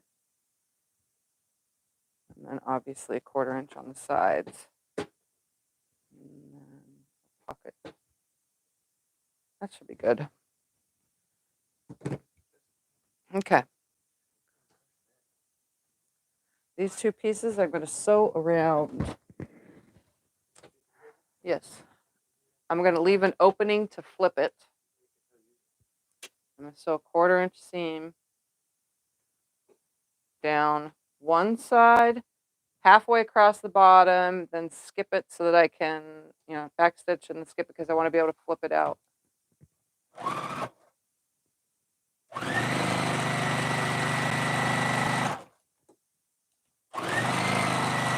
Back stitch right there. Cut thread, come over here, back stitch off the edge. Okay, there's one. Here's number 2. Take a second to say hi to Aubrey. She's 5-year-old little granddaughter watching. Hi, Aubrey. I don't think they see my face. The camera's facing down. Here, we will turn it up. Hi, Aubrey. Watching with Grandma. Yep. Hope you're enjoying your watching with Grandma. All right.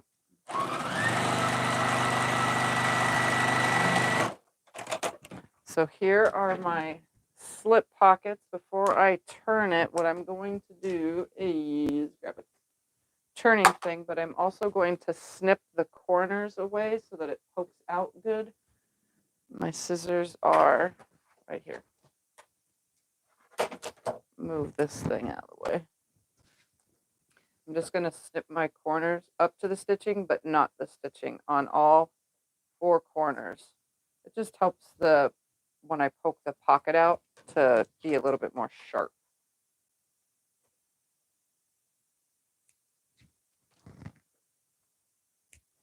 I do not put interfacing, by the way, on the lining. It's already on the outside of the bag. It'd be even harder to do things like turning a bag if I was to have left this, put interfacing on this. And this is a pretty thick fabric. It's like duck cotton. That's why I chose this from my not quilting cotton pile. So it's a little bit thicker, but it's not as thick as canvas. She said you made her day. Thank you. Okay, so I'm going to take my shank and stick it in here. And no, it's not called a shank for those that are beginners into any of this. I just call it that because that's what it looks like. A shiv or a shank. That's the term Scott gave it. Yeah, that's what Scott calls it. So it's kind of just stayed the name of this thing. All right. This one out. And then tell him it's for when you get mad at your husband. You just go after him with that. Why? When I have so many dangerous things in this room. I'm just teasing to make people laugh. Yeah, like this would be this. You just tap it to your hand and it'll cut you. Hey, Could you imagine? Hey, you got a little girl watching. Be nice. Yeah, that's just not good. This is a dangerous room, not for kids. Be nice. At least not for kids not under supervision. And never run with your scissors in your hands. Ask me how I know.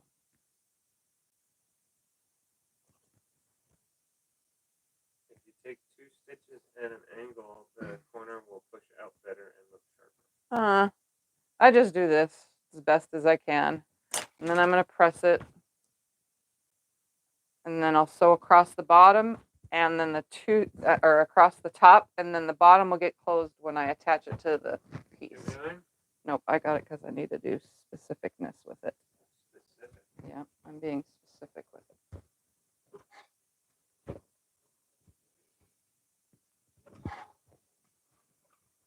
They asked, how do you know? Because I ran with scissors and fell before. They almost stabbed me.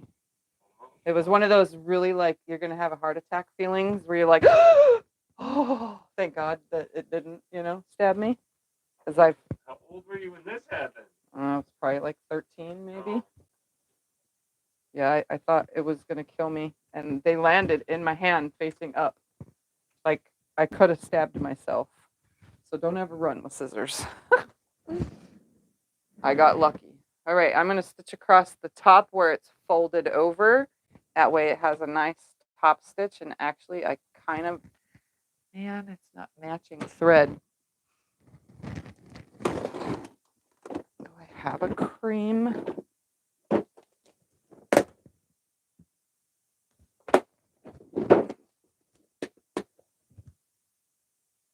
like a yellow. I thought you were looking for red. No, I kind of wanted it to accent with the cream stitch that's on everything. Yeah, it's on the inside. Nobody's gonna know. Yeah. White is close enough to cream. Yeah. Yep. All right. You're getting real picky. White and cream. I'm not trying to be super picky, but White and cream are pretty much the same thing. Let's run the second one through. Okay, that's the fold right here. Why were you running with the scissors now?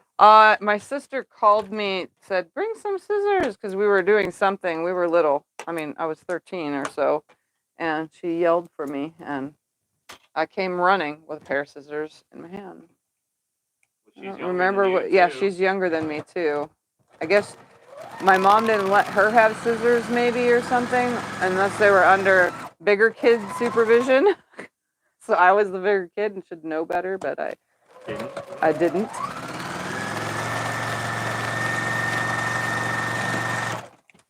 Okay, I like that double stitch look. I don't know why. It just looks really cool.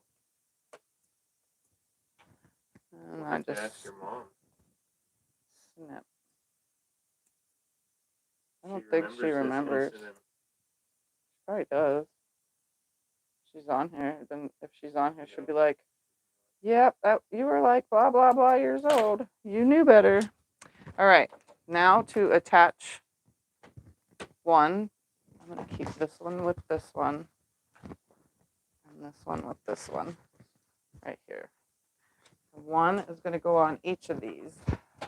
Now you should line it up or center it or whatever, but I eyeball because I've done so many bags. I just eyeball it, literally.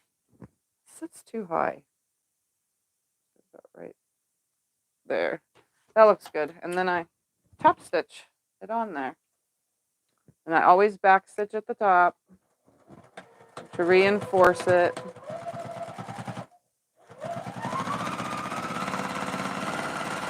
I stitch down right there and then across the bottom, and right here I'm going to leave room for a pin, to put like a pin, like an actual I don't even have one right here. I have a pencil. Pencil will work. It's going to be about right. Why do you sew There. the bottom? Won't it be bulky with 2 seams? I'm not. What do you mean bulky with 2 seams? That's the question. There. Why do you sew the bottom? Won't it be bulky with 2 seams? It's not bulky. It's actually quite loose. I don't know how to explain it. I'm gonna come right there. We're gonna go up.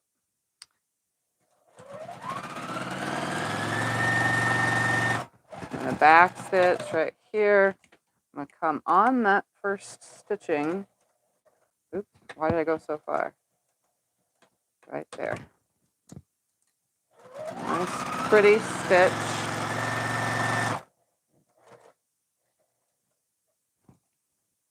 Back stitch right there. Finish across the bottom. Go up the side.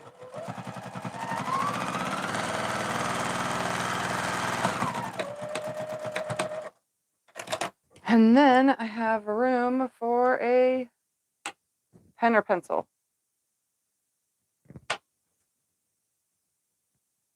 Okay, so there's one.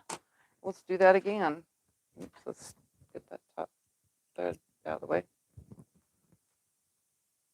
I try to clean up all my thread tails. We stop that. Oops, I don't have a trash can right here. I'm gonna do that again. Just gonna eyeball it because that's what I usually do.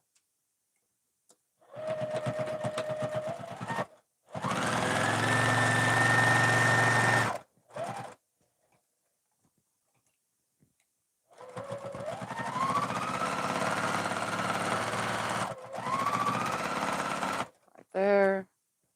Up. One more stitch. Right there. Right there. Come on.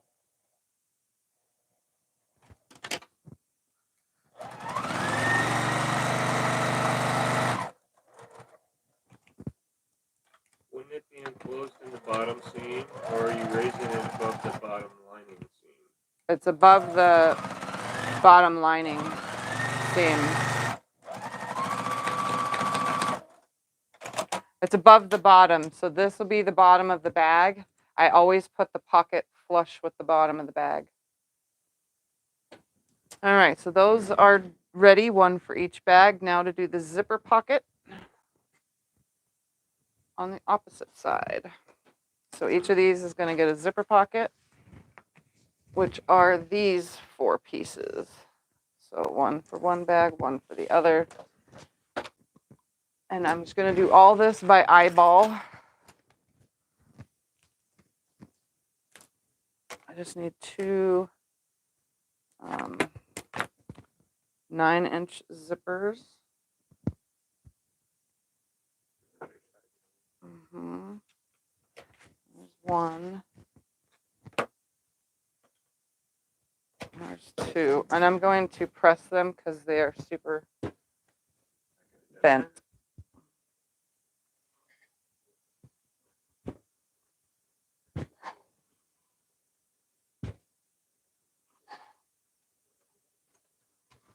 Okay, now we're going to put our monkey heads on.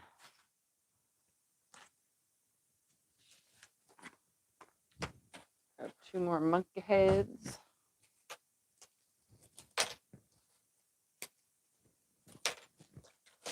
I want to see closer with the doubles.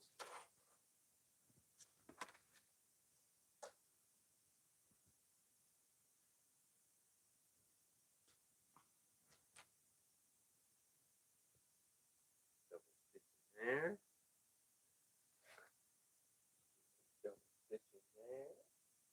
I don't know why. It just looks so good. And double stitching there.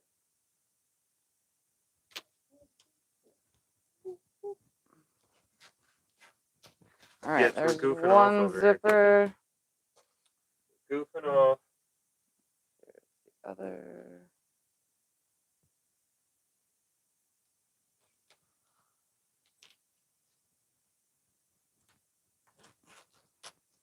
Okay.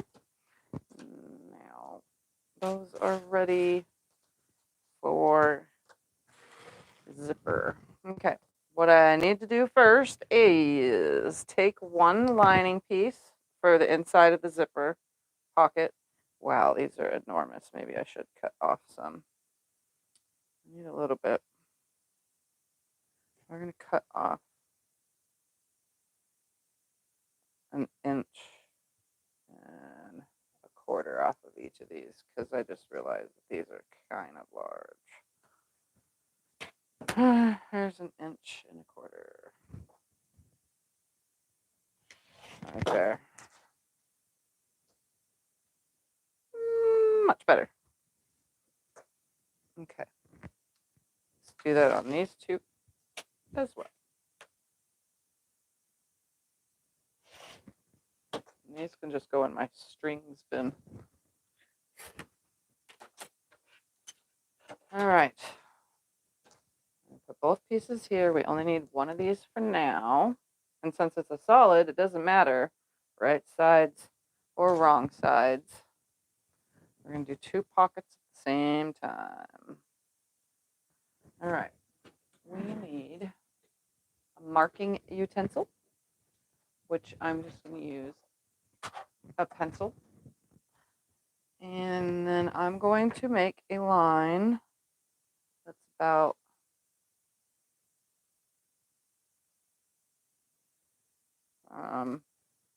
here to here.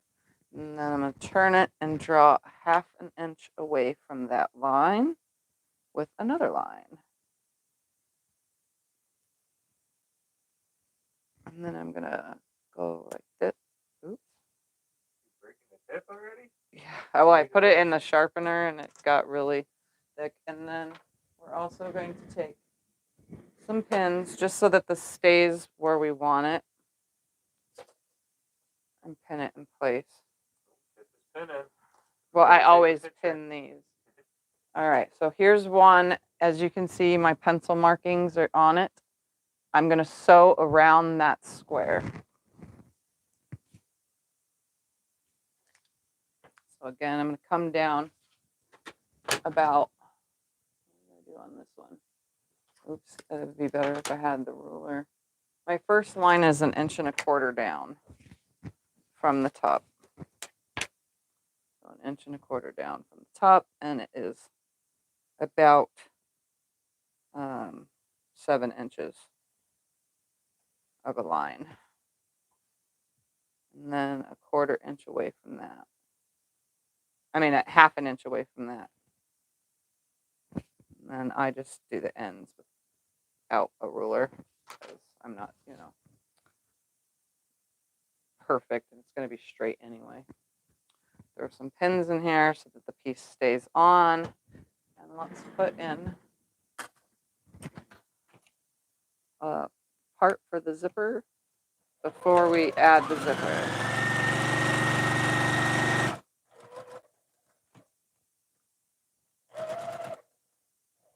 Stitch, turn it around. I'm sewing on the line. One more stitch, turn it.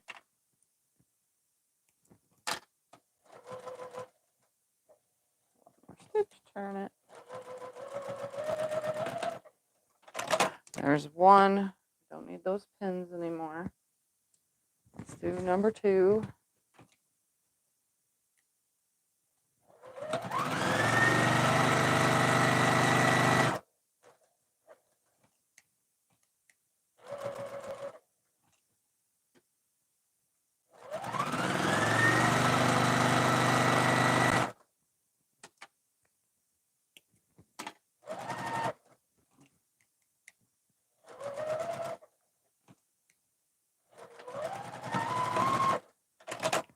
Take the pins out. Don't need them no more.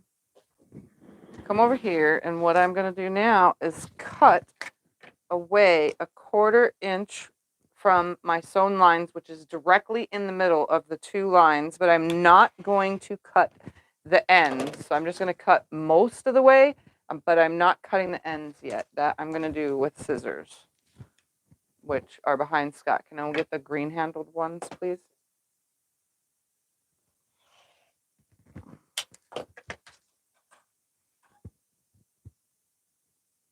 And then I use scissors to come up to about a half an inch away from the edge, and then I make a V right into the corner, up to the stitching, but not the stitching. That's where these tiny little Karen K. Buckley snips come in handy, because they come right to that corner. They're great for this, but not the stitching. It's fabulous. Okay, let's do this one.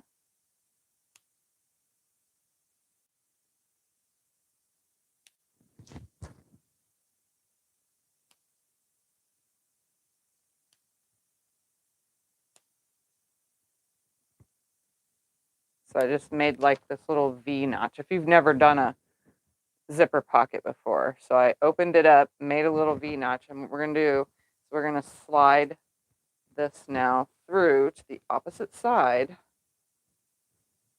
like this. And we're going to take this over to the machine, and we're going to flatten it over there. We're going to make sure that that seam that's in the middle right here, that seam is in the middle. So let me push these through, and then we'll go over the machine and press them. And then I'm also going to press up about a quarter inch or so at the bottom towards the inside of the pocket for bag turning purposes.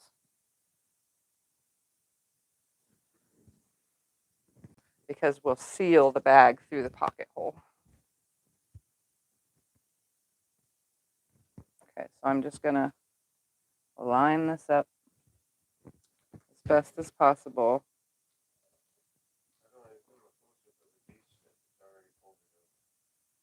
Oh, just push it back through the hole like that and show that. Oh, okay. If that's what they're asking about.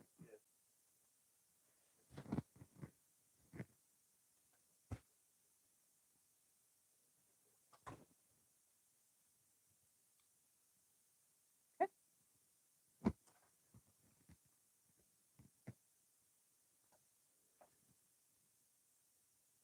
Making sure my seam is perfectly centered over here.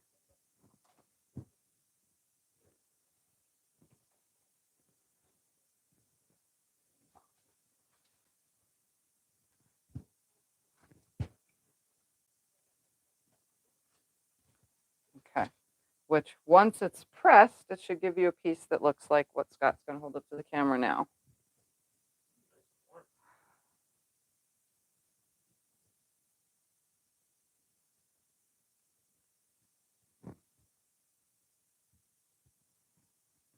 So that's what it looks like when it's all pressed. I even that seam in exactly in the middle.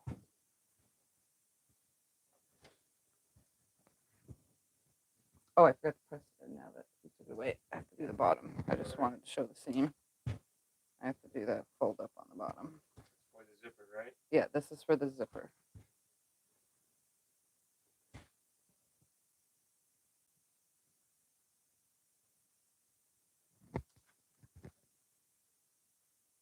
This is the zipper opening for a nice clean zipper look. There's also another way you can do it too, but I don't want to confuse anybody, so I'm not going to do that. Like at all. It's where you use 3 pieces of fabric and you get this little like cool lip to have an invisible zipper. All right, now I'm going to fold these up towards lining about a little over a quarter inch, which I'll have Scott show you in 2 seconds. I just needed to, so you can show them that I folded it over like that, and I'm going to do the same with the bottoms of these pieces. It's towards the underside, about between a quarter and a half, so like whatever that number is. You may move the camera over here so they can see it. No, it's fine. Right, there's that one, and let me just press these one this direction, right? Okay, good.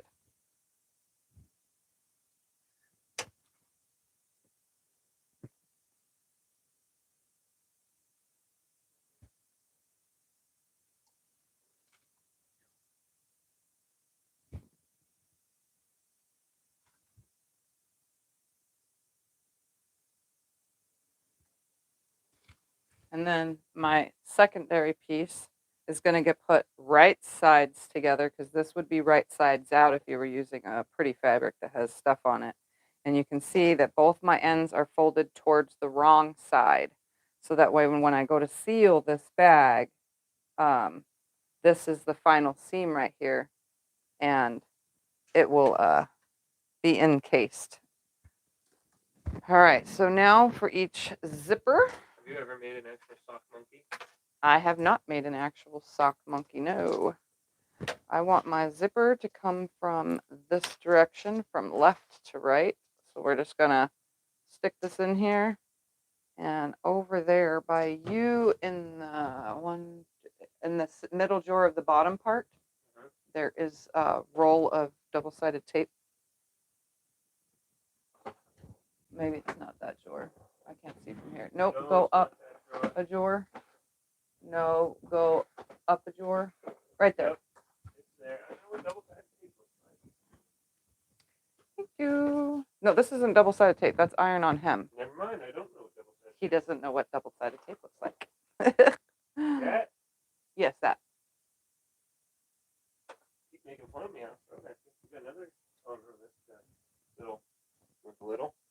No, I can just use this big one. It's fine. Making fun of me, I'll throw it at you. Okay. I am going to put some double-sided tape on just a little bit of the zipper, not the whole thing, because, honestly, I just need it to stay in one spot.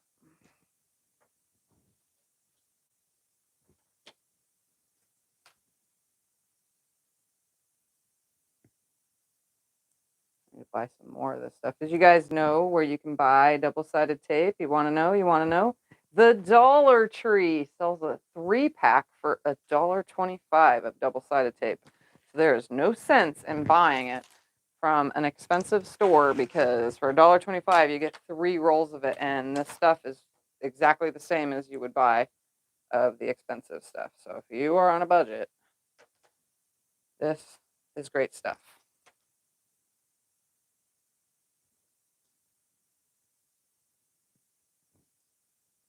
You should have said that when we were just there last week. Yeah, I didn't realize I needed any, but then I haven't made a bag in a while. So this is like the first bag since, actually, when did I make a bag last? In like It's been a while.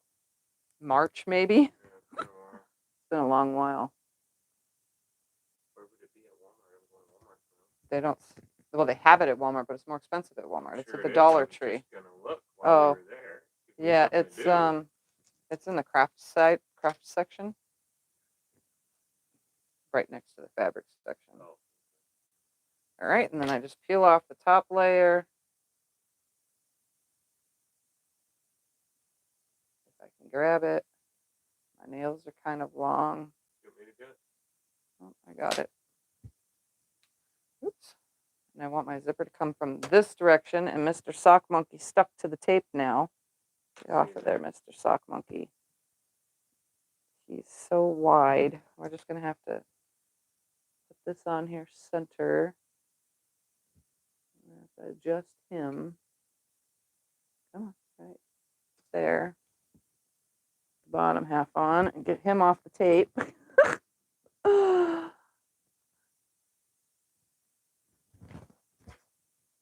Make sure that that's center. And the cool part about this double-sided tape is if you need to lift it, you can, and adjust.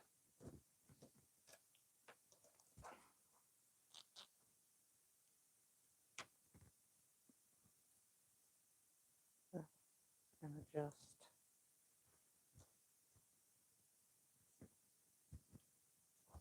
Lift. Here. Go down. There we go. There's one. set it right there, and let's put number 2 on here. Remember, we're putting it on the inside of the pocket, not on the outside. So make sure that the outside of your pocket is sticking up. We're going to put Sock Monkey way down here. Does the tip get on the needle? No, this does not get on the needle. It doesn't gum it up or anything.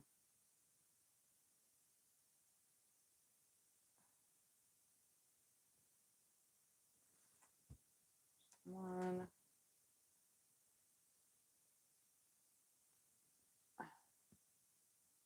And number 2. And Does it ever show through the fabric after a while? what, the tape? I think the tape it washes away, honestly. I don't have the wrapper for it anymore to know, but I should Sock Monkey back through here. There we go. And then align this bottom one up.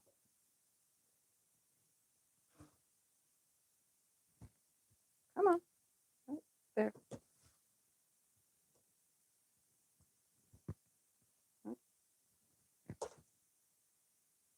There, there, and there.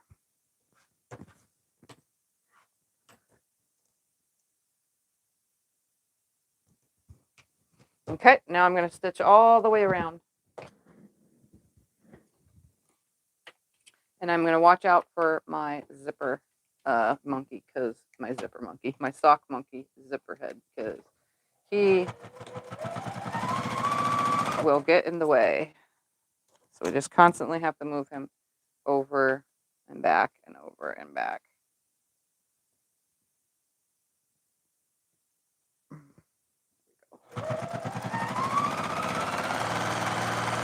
going to come to the side, turn it, and stitch over the zipper.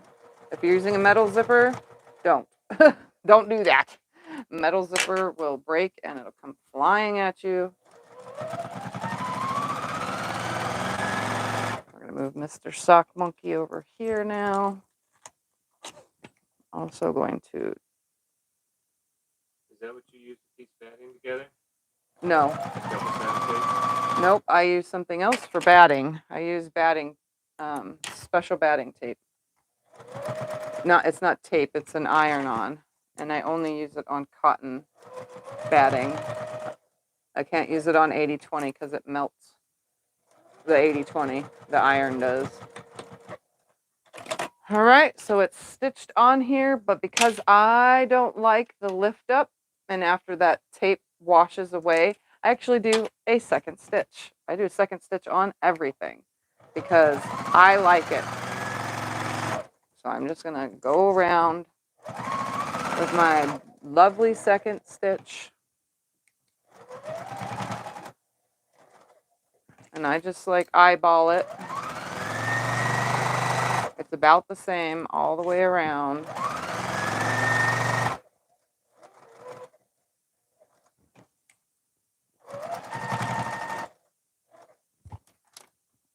That starter stitch.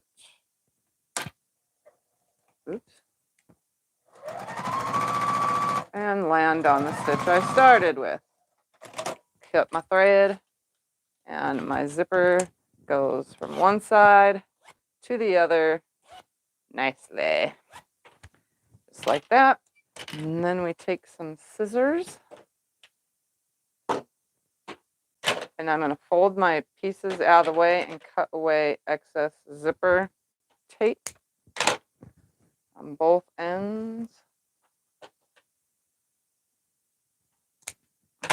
Like that. And then take the pocket piece right here. I'm going to make sure that my fold is on the outside. I'm going to line up the 2 bottom folds. And then I'm going to just fold this out of the way and stitch down both sides and across the top with a 1/4 inch seam. I'm going to make sure that my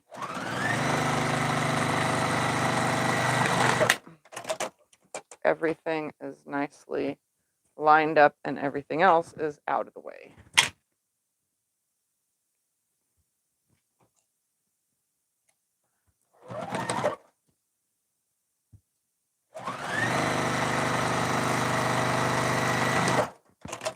that's done, then we go across the top.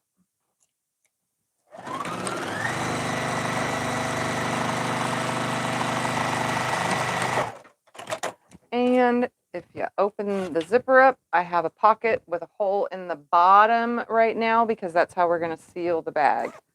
So I have a nice pocket. And both of my folds are on the outside for sealing the bag. So let's put this zipper on. Oh man, I put it from the right side. Okay. I almost just like had a, did I do that right? I'm stitching 1/8 of an inch from the edge, by the way, when I do this attaching of the zipper. Oops, that was not supposed to happen. I'm going to keep going till it's done. I don't have very many more steps. Yep. Yep, we're going to go over the 2 hours today, guys, because I'm making 2 bags. Okay, I'm going to do my double stitch now.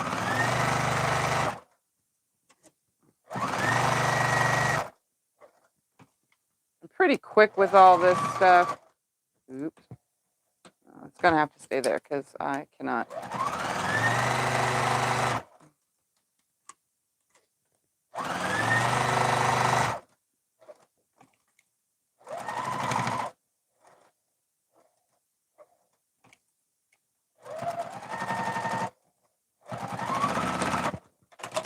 All right, so zipper number 2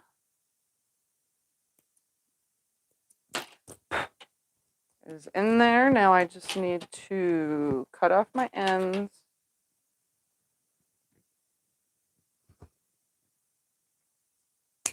Because I don't want all that excess. And you can burn it with a lighter if you, my lighter's on the other side of the room, but if you have a lighter, you can actually take the lighter and go across this edge right here because it's nylon and it will burn it so that it doesn't ever fray. But I cut it close enough. I don't need to do that. But I do have a lighter for when I need to do that kind of stuff in here. I've had to do it on a few because some of the brands of zippers over the years have not been nice. So they fray a lot more. But I mean, I've used tons of different brands of zippers over the years, so.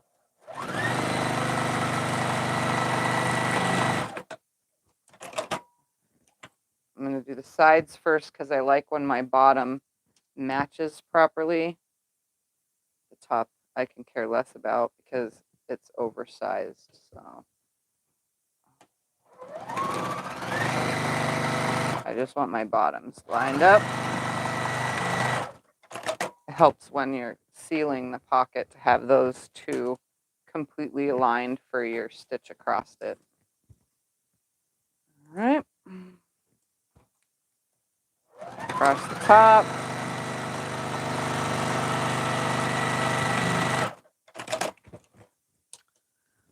Alrighty. And then the last thing I need to do now. Okay, all this goes to that, that, that, and that, and that. Okay. And then we're going to take this because it's going to be a wider than normal bag. On the top, I need 2 tabs for the end for my D-rings to come out of. And I kind of want that to be the sock monkey. So I'm just going to cut off an inch off of here. That's a good idea. That'll be cool. Off the bottom.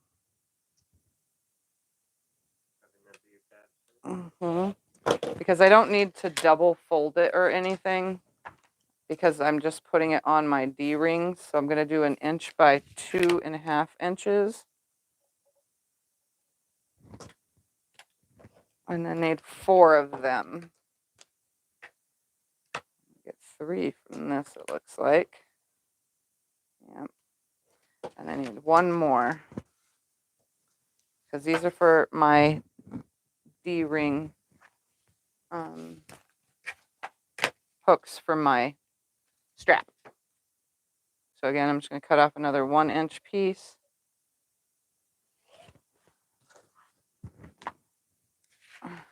And then I'm going to cut a 2.5 inch. And then that rest can just get put aside for I don't know what. Now I need D-rings, which is in my spinny thing. So it's right on top of the drawers, the spinny thing. What size are the box corners? The box corners are 1.5 inch. These D-rings? Okay, so I need 1, 2, 3, 4 of those, and then I need The lobster claws? 2 lobster claws and a slider. So these are going to go on the vinyl directly, like this. Okay?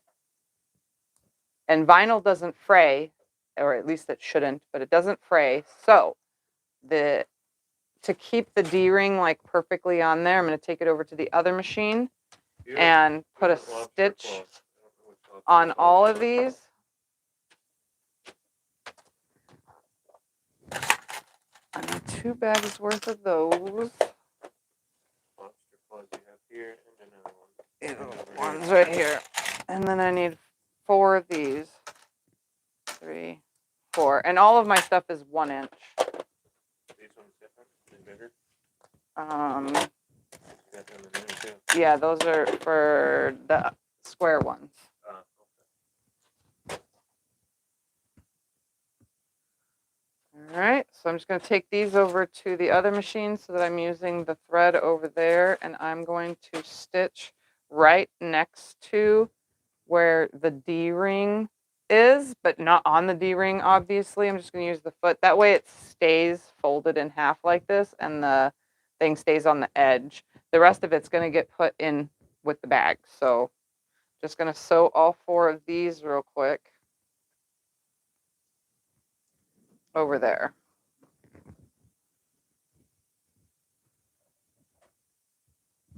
You don't need to turn the camera unless you really want to. It's up to you.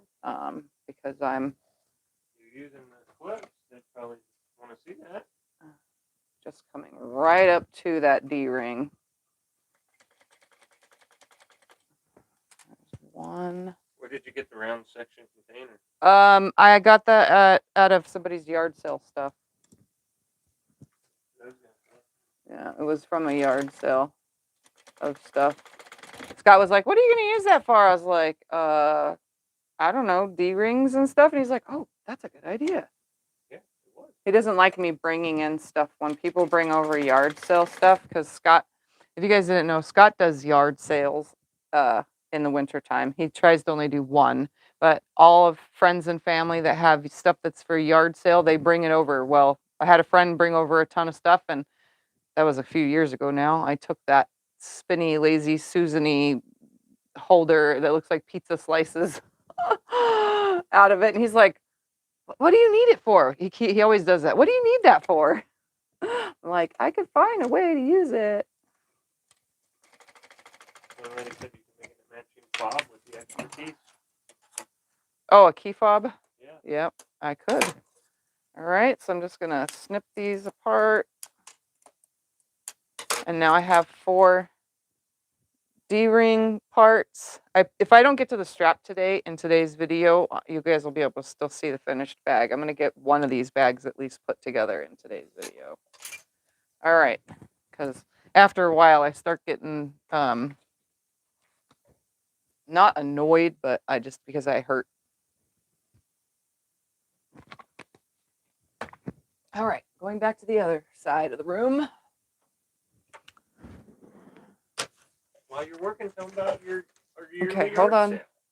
Let me grab all these pieces because I'm ready to start putting it all together. All right, so 2 of these for this. Can I have 2 clips out of the 4 clips out of it, please? They're going to go right here on the ends to hold this on here. So 1 on this one. 1 on this one on this one, and one more right here, just like that. So those are on there.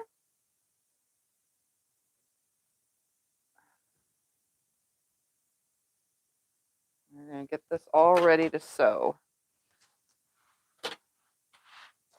All right. That can all go out of the way for the moment because I didn't do the straps yet. Okay, front of the bag, back of the bag. Okay, they're going to be hooked together by this. So if this is the front of the bag, I usually do everything right hand side. So I want my zipper to start on the left while I'm facing it. So this is go on here, and the zipper is going to come from left to right. Right? Let's make sure. If the bag is on your side and you're using your right hand, you want that zipper to come like this. If you're carrying your bag on your opposite side, well, then your other side of the sock monkey is going to stick out. All right. On this part, I think I want the slip pocket to touch.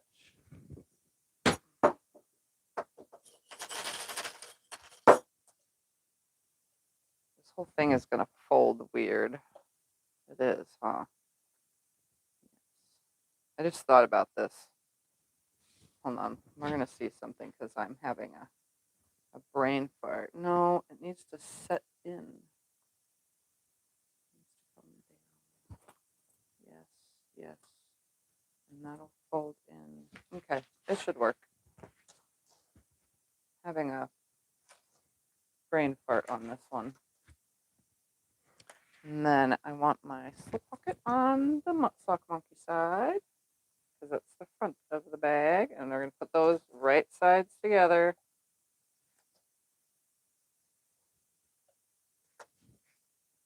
Like that. And like that.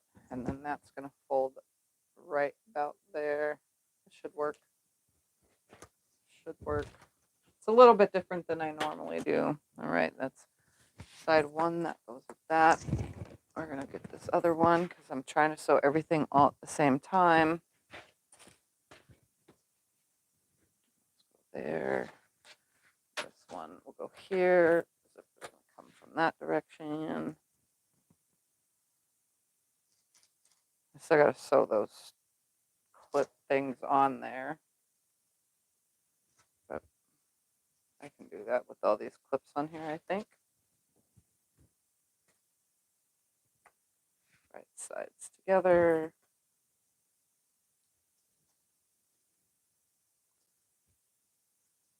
Nope, this is the zipper. I don't want the zipper. I want the slip pocket on this. Duh. The zipper goes on that side. It's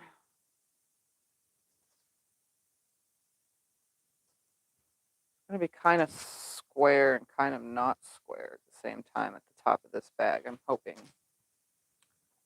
All right, let's sew these pieces first. I'm going to sew with a, I don't know, and Scott can move the camera when he gets to it. With a,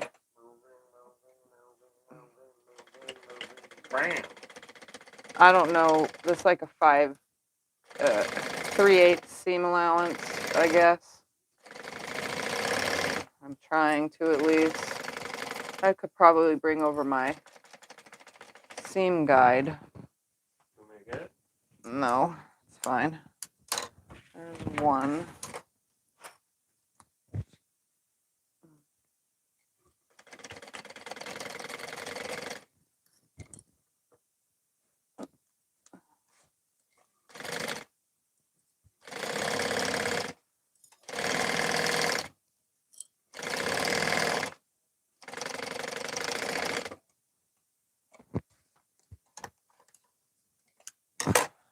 Okay. While I'm here, I'm going to do these D-rings.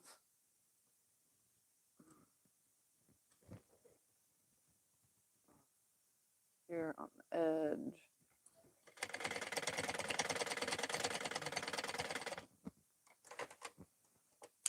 one. I'm just making sure everything is out of the way, sewing the D-rings on here.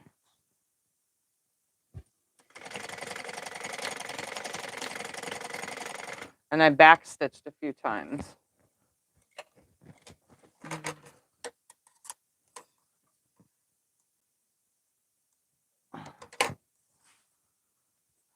All right. So these ones, before I do anything else.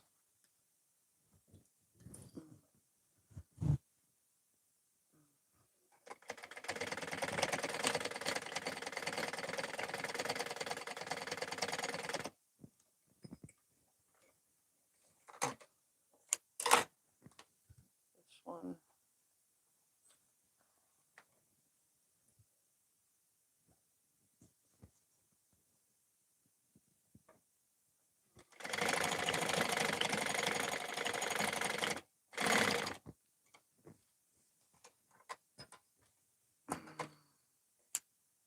I need to cut all these threads.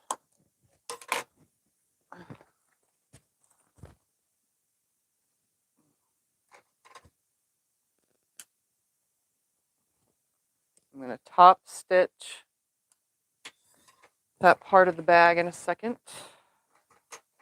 Just going to get all these threads.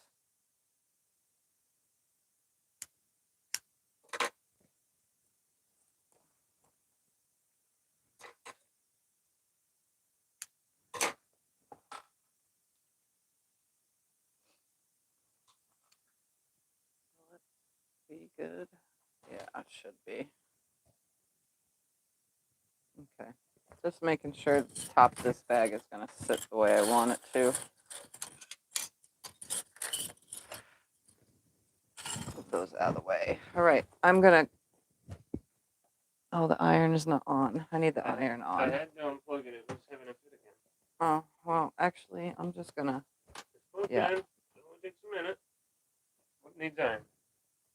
I got to push this towards the vinyl. By the time you get over there, it'll be hot. So I need to go over to the iron real quick, guys, and get this to press over towards the vinyl so that I can top stitch on here. This side is fine. It's that other side that's trying to be bad. Actually, you know what? Yeah, I need to press it. I'll be right back.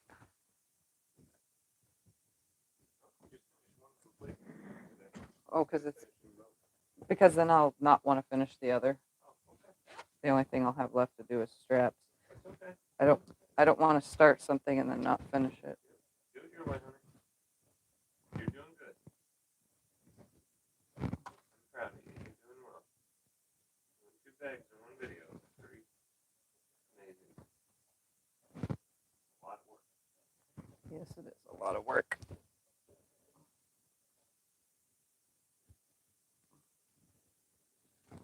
All right, I'm just going to have to pull and tug as I do that because it's not ironing the way I had hoped. I see if you'd let me iron it, and you could blend that on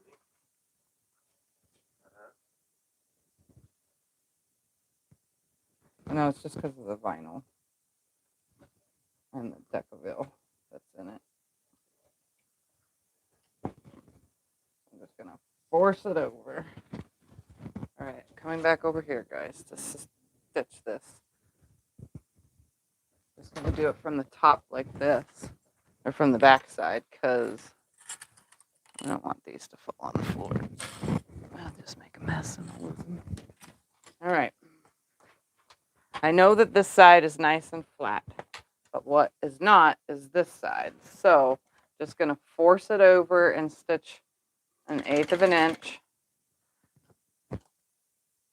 By pulling it, I ironed it a little bit to hold it a little bit down.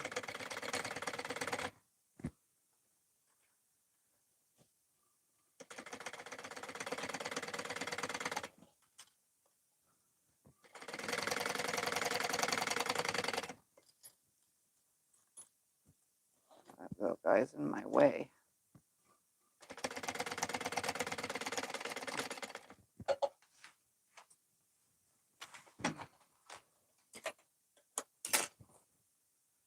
And that went right across the top, right here. So that looks good. I'm not going to double stitch that. I'm just going to single that because I have to do the other side anyway. So again, just laying it on here. And I'm just going to force it open as I sew it down.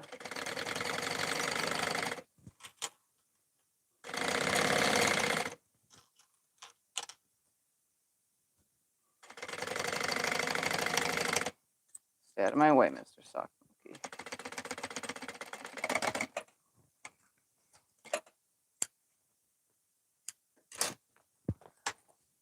All right. Now to put the other side of the bag on. Nope. I have to do it over here. So that I can, yep.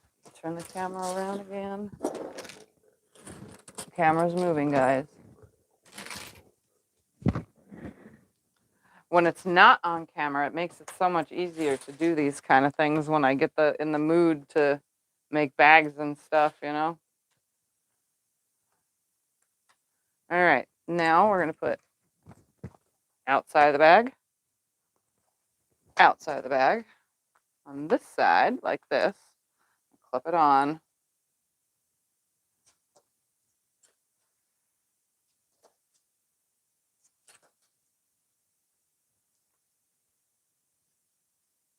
The only thing I won't get to today, right now on today's video, is the straps. But I do have plenty of bag videos where you guys can watch the straps. Let's just get these parts and pieces together.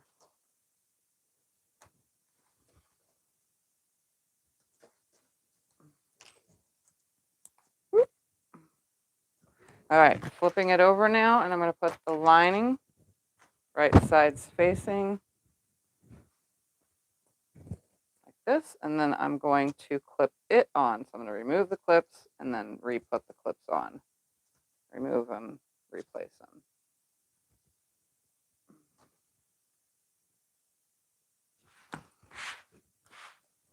There's one ready to sew. Here's number two.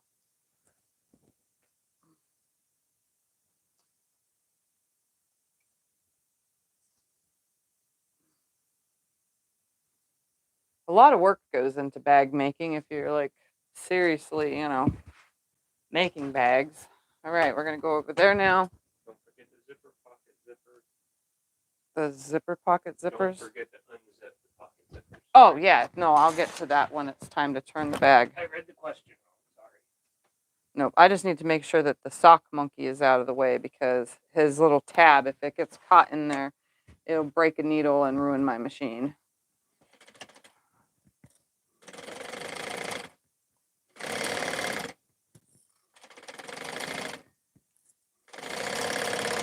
Definitely don't want to break any needles and ruin any machines. No. Because this would cost a lot to get fixed, I'm pretty sure. All these wild threads. I can snip all those. You just sew. All right, other side, and then we'll open them up and top stitch because I'm gonna have to do the same thing I did on the other side.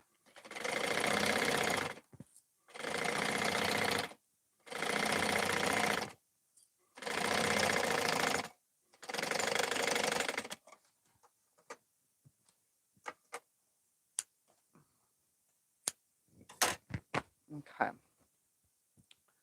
So now we're gonna get this pushed to one side. Oh, this one should go easy without the iron.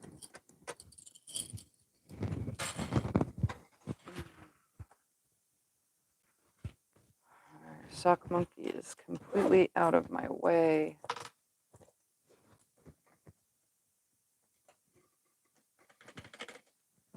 All right, I'm just going to push it down and top stitch without doing the iron because I already know from experience that the iron does not flatten it the way I want.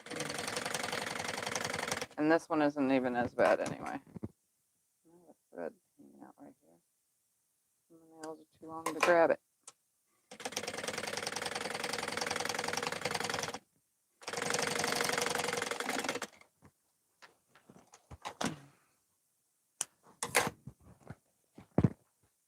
Ooh, that looks good.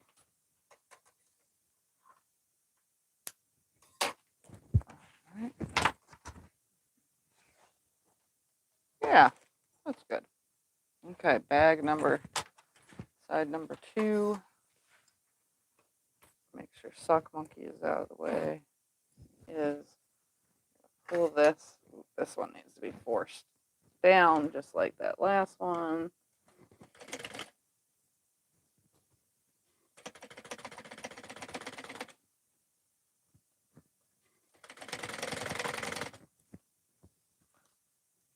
You need to start snipping threads off this thing. If you want, yeah.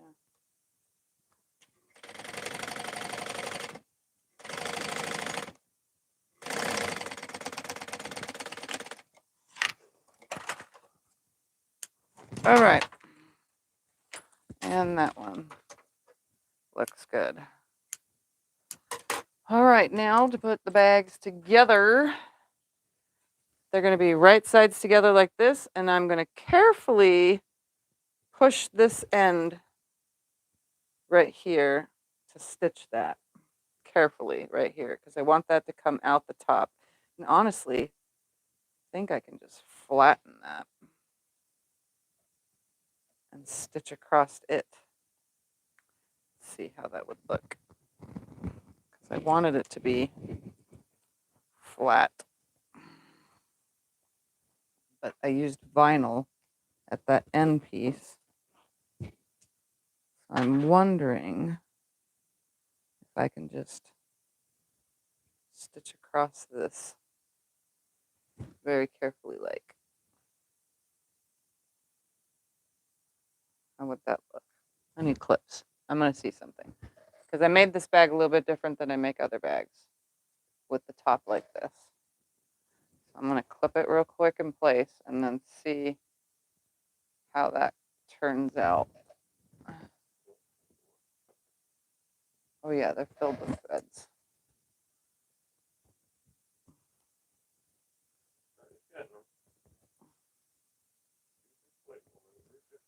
Okay, we're going to see something. If it was out.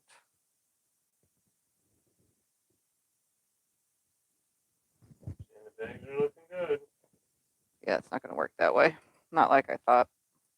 That's okay. I'm going to fold it and do it that way. We're just going to fold the right sides together. It's supposed to go down in, hopefully. That D-ring is going to be a bit of a challenge to get to. I'm going to keep that out of the way. Okay, let's see if I can get this folded. Probably should have squared it or something first, but it's okay. We're going to make it work. How long is your stitch length with vinyl? I have it at a 3.5 or 4, somewhere around there. Yeah, this isn't going to work. I need to do something about this top. It needs to be folded differently. Because I top stitched that down and the lining sits further down. This is supposed to be in. I did something different. I'm wondering how stupid it will look. See, this is where I mess things up, guys.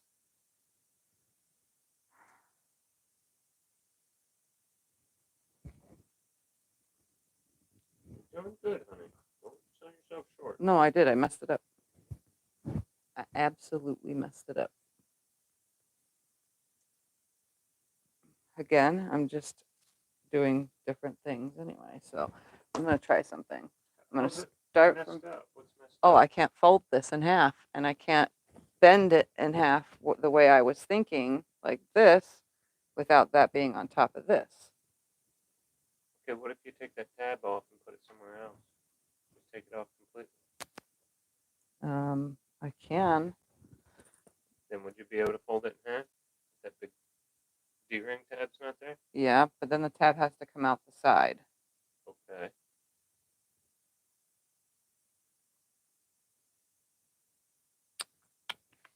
Thinking, guys. I'm thinking. Bring the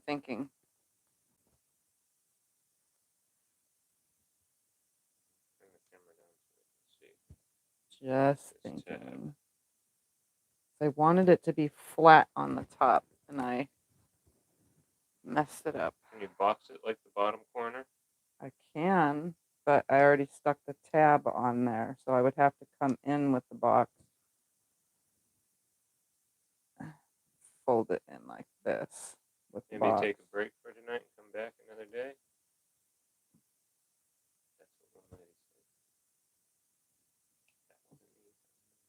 I could do this, Could you put side panels? make it come out like this.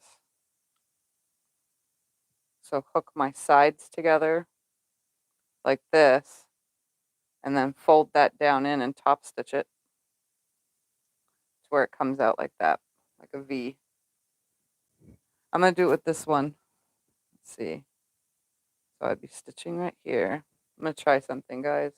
If anything, I can undo the stitches. Can I have some clips? I'm going to try something different. How many? There's a few. Just going to see. Could you take the D-ring tab and put on another tab so you can attach the D-ring too?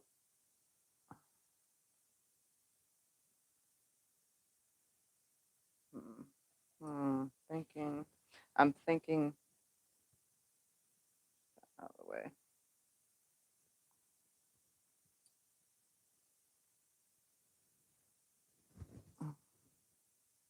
Two are aligned. If I sew that, will this flip up and out? Edge.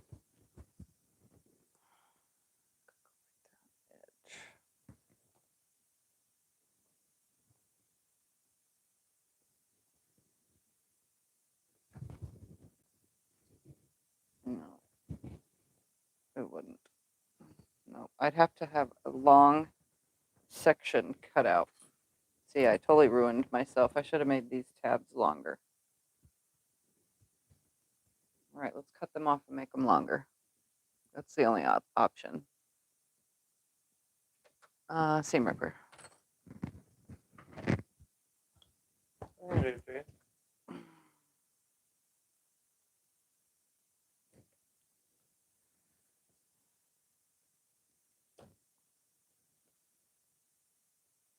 You want to take a break for a minute? Yeah.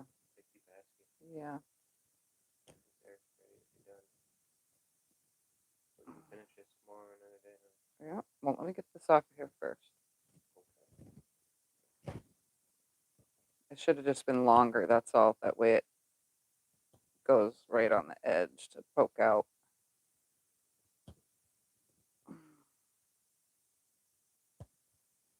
I wanted the top to have the stripes come out on the top. If that makes any sense. So like have a cool looking top part.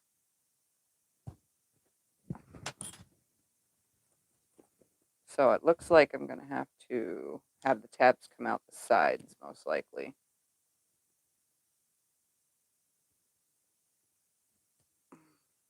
Or I'm going to have to box the top corners. Something like that.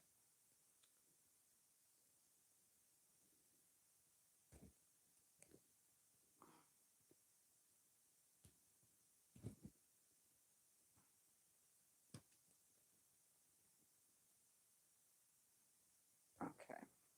Almost ripped off.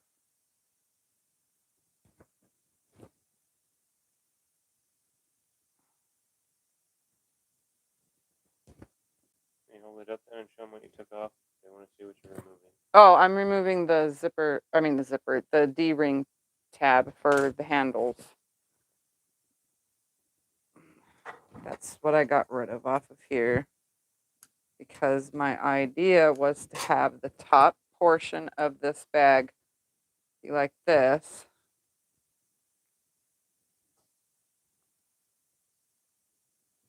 that would be the lining. And it was supposed to stick up and out like this. So that when the bag was pushed out, this would come up and out like this. So you would see it like this. Does that make any sense? So it would be up and out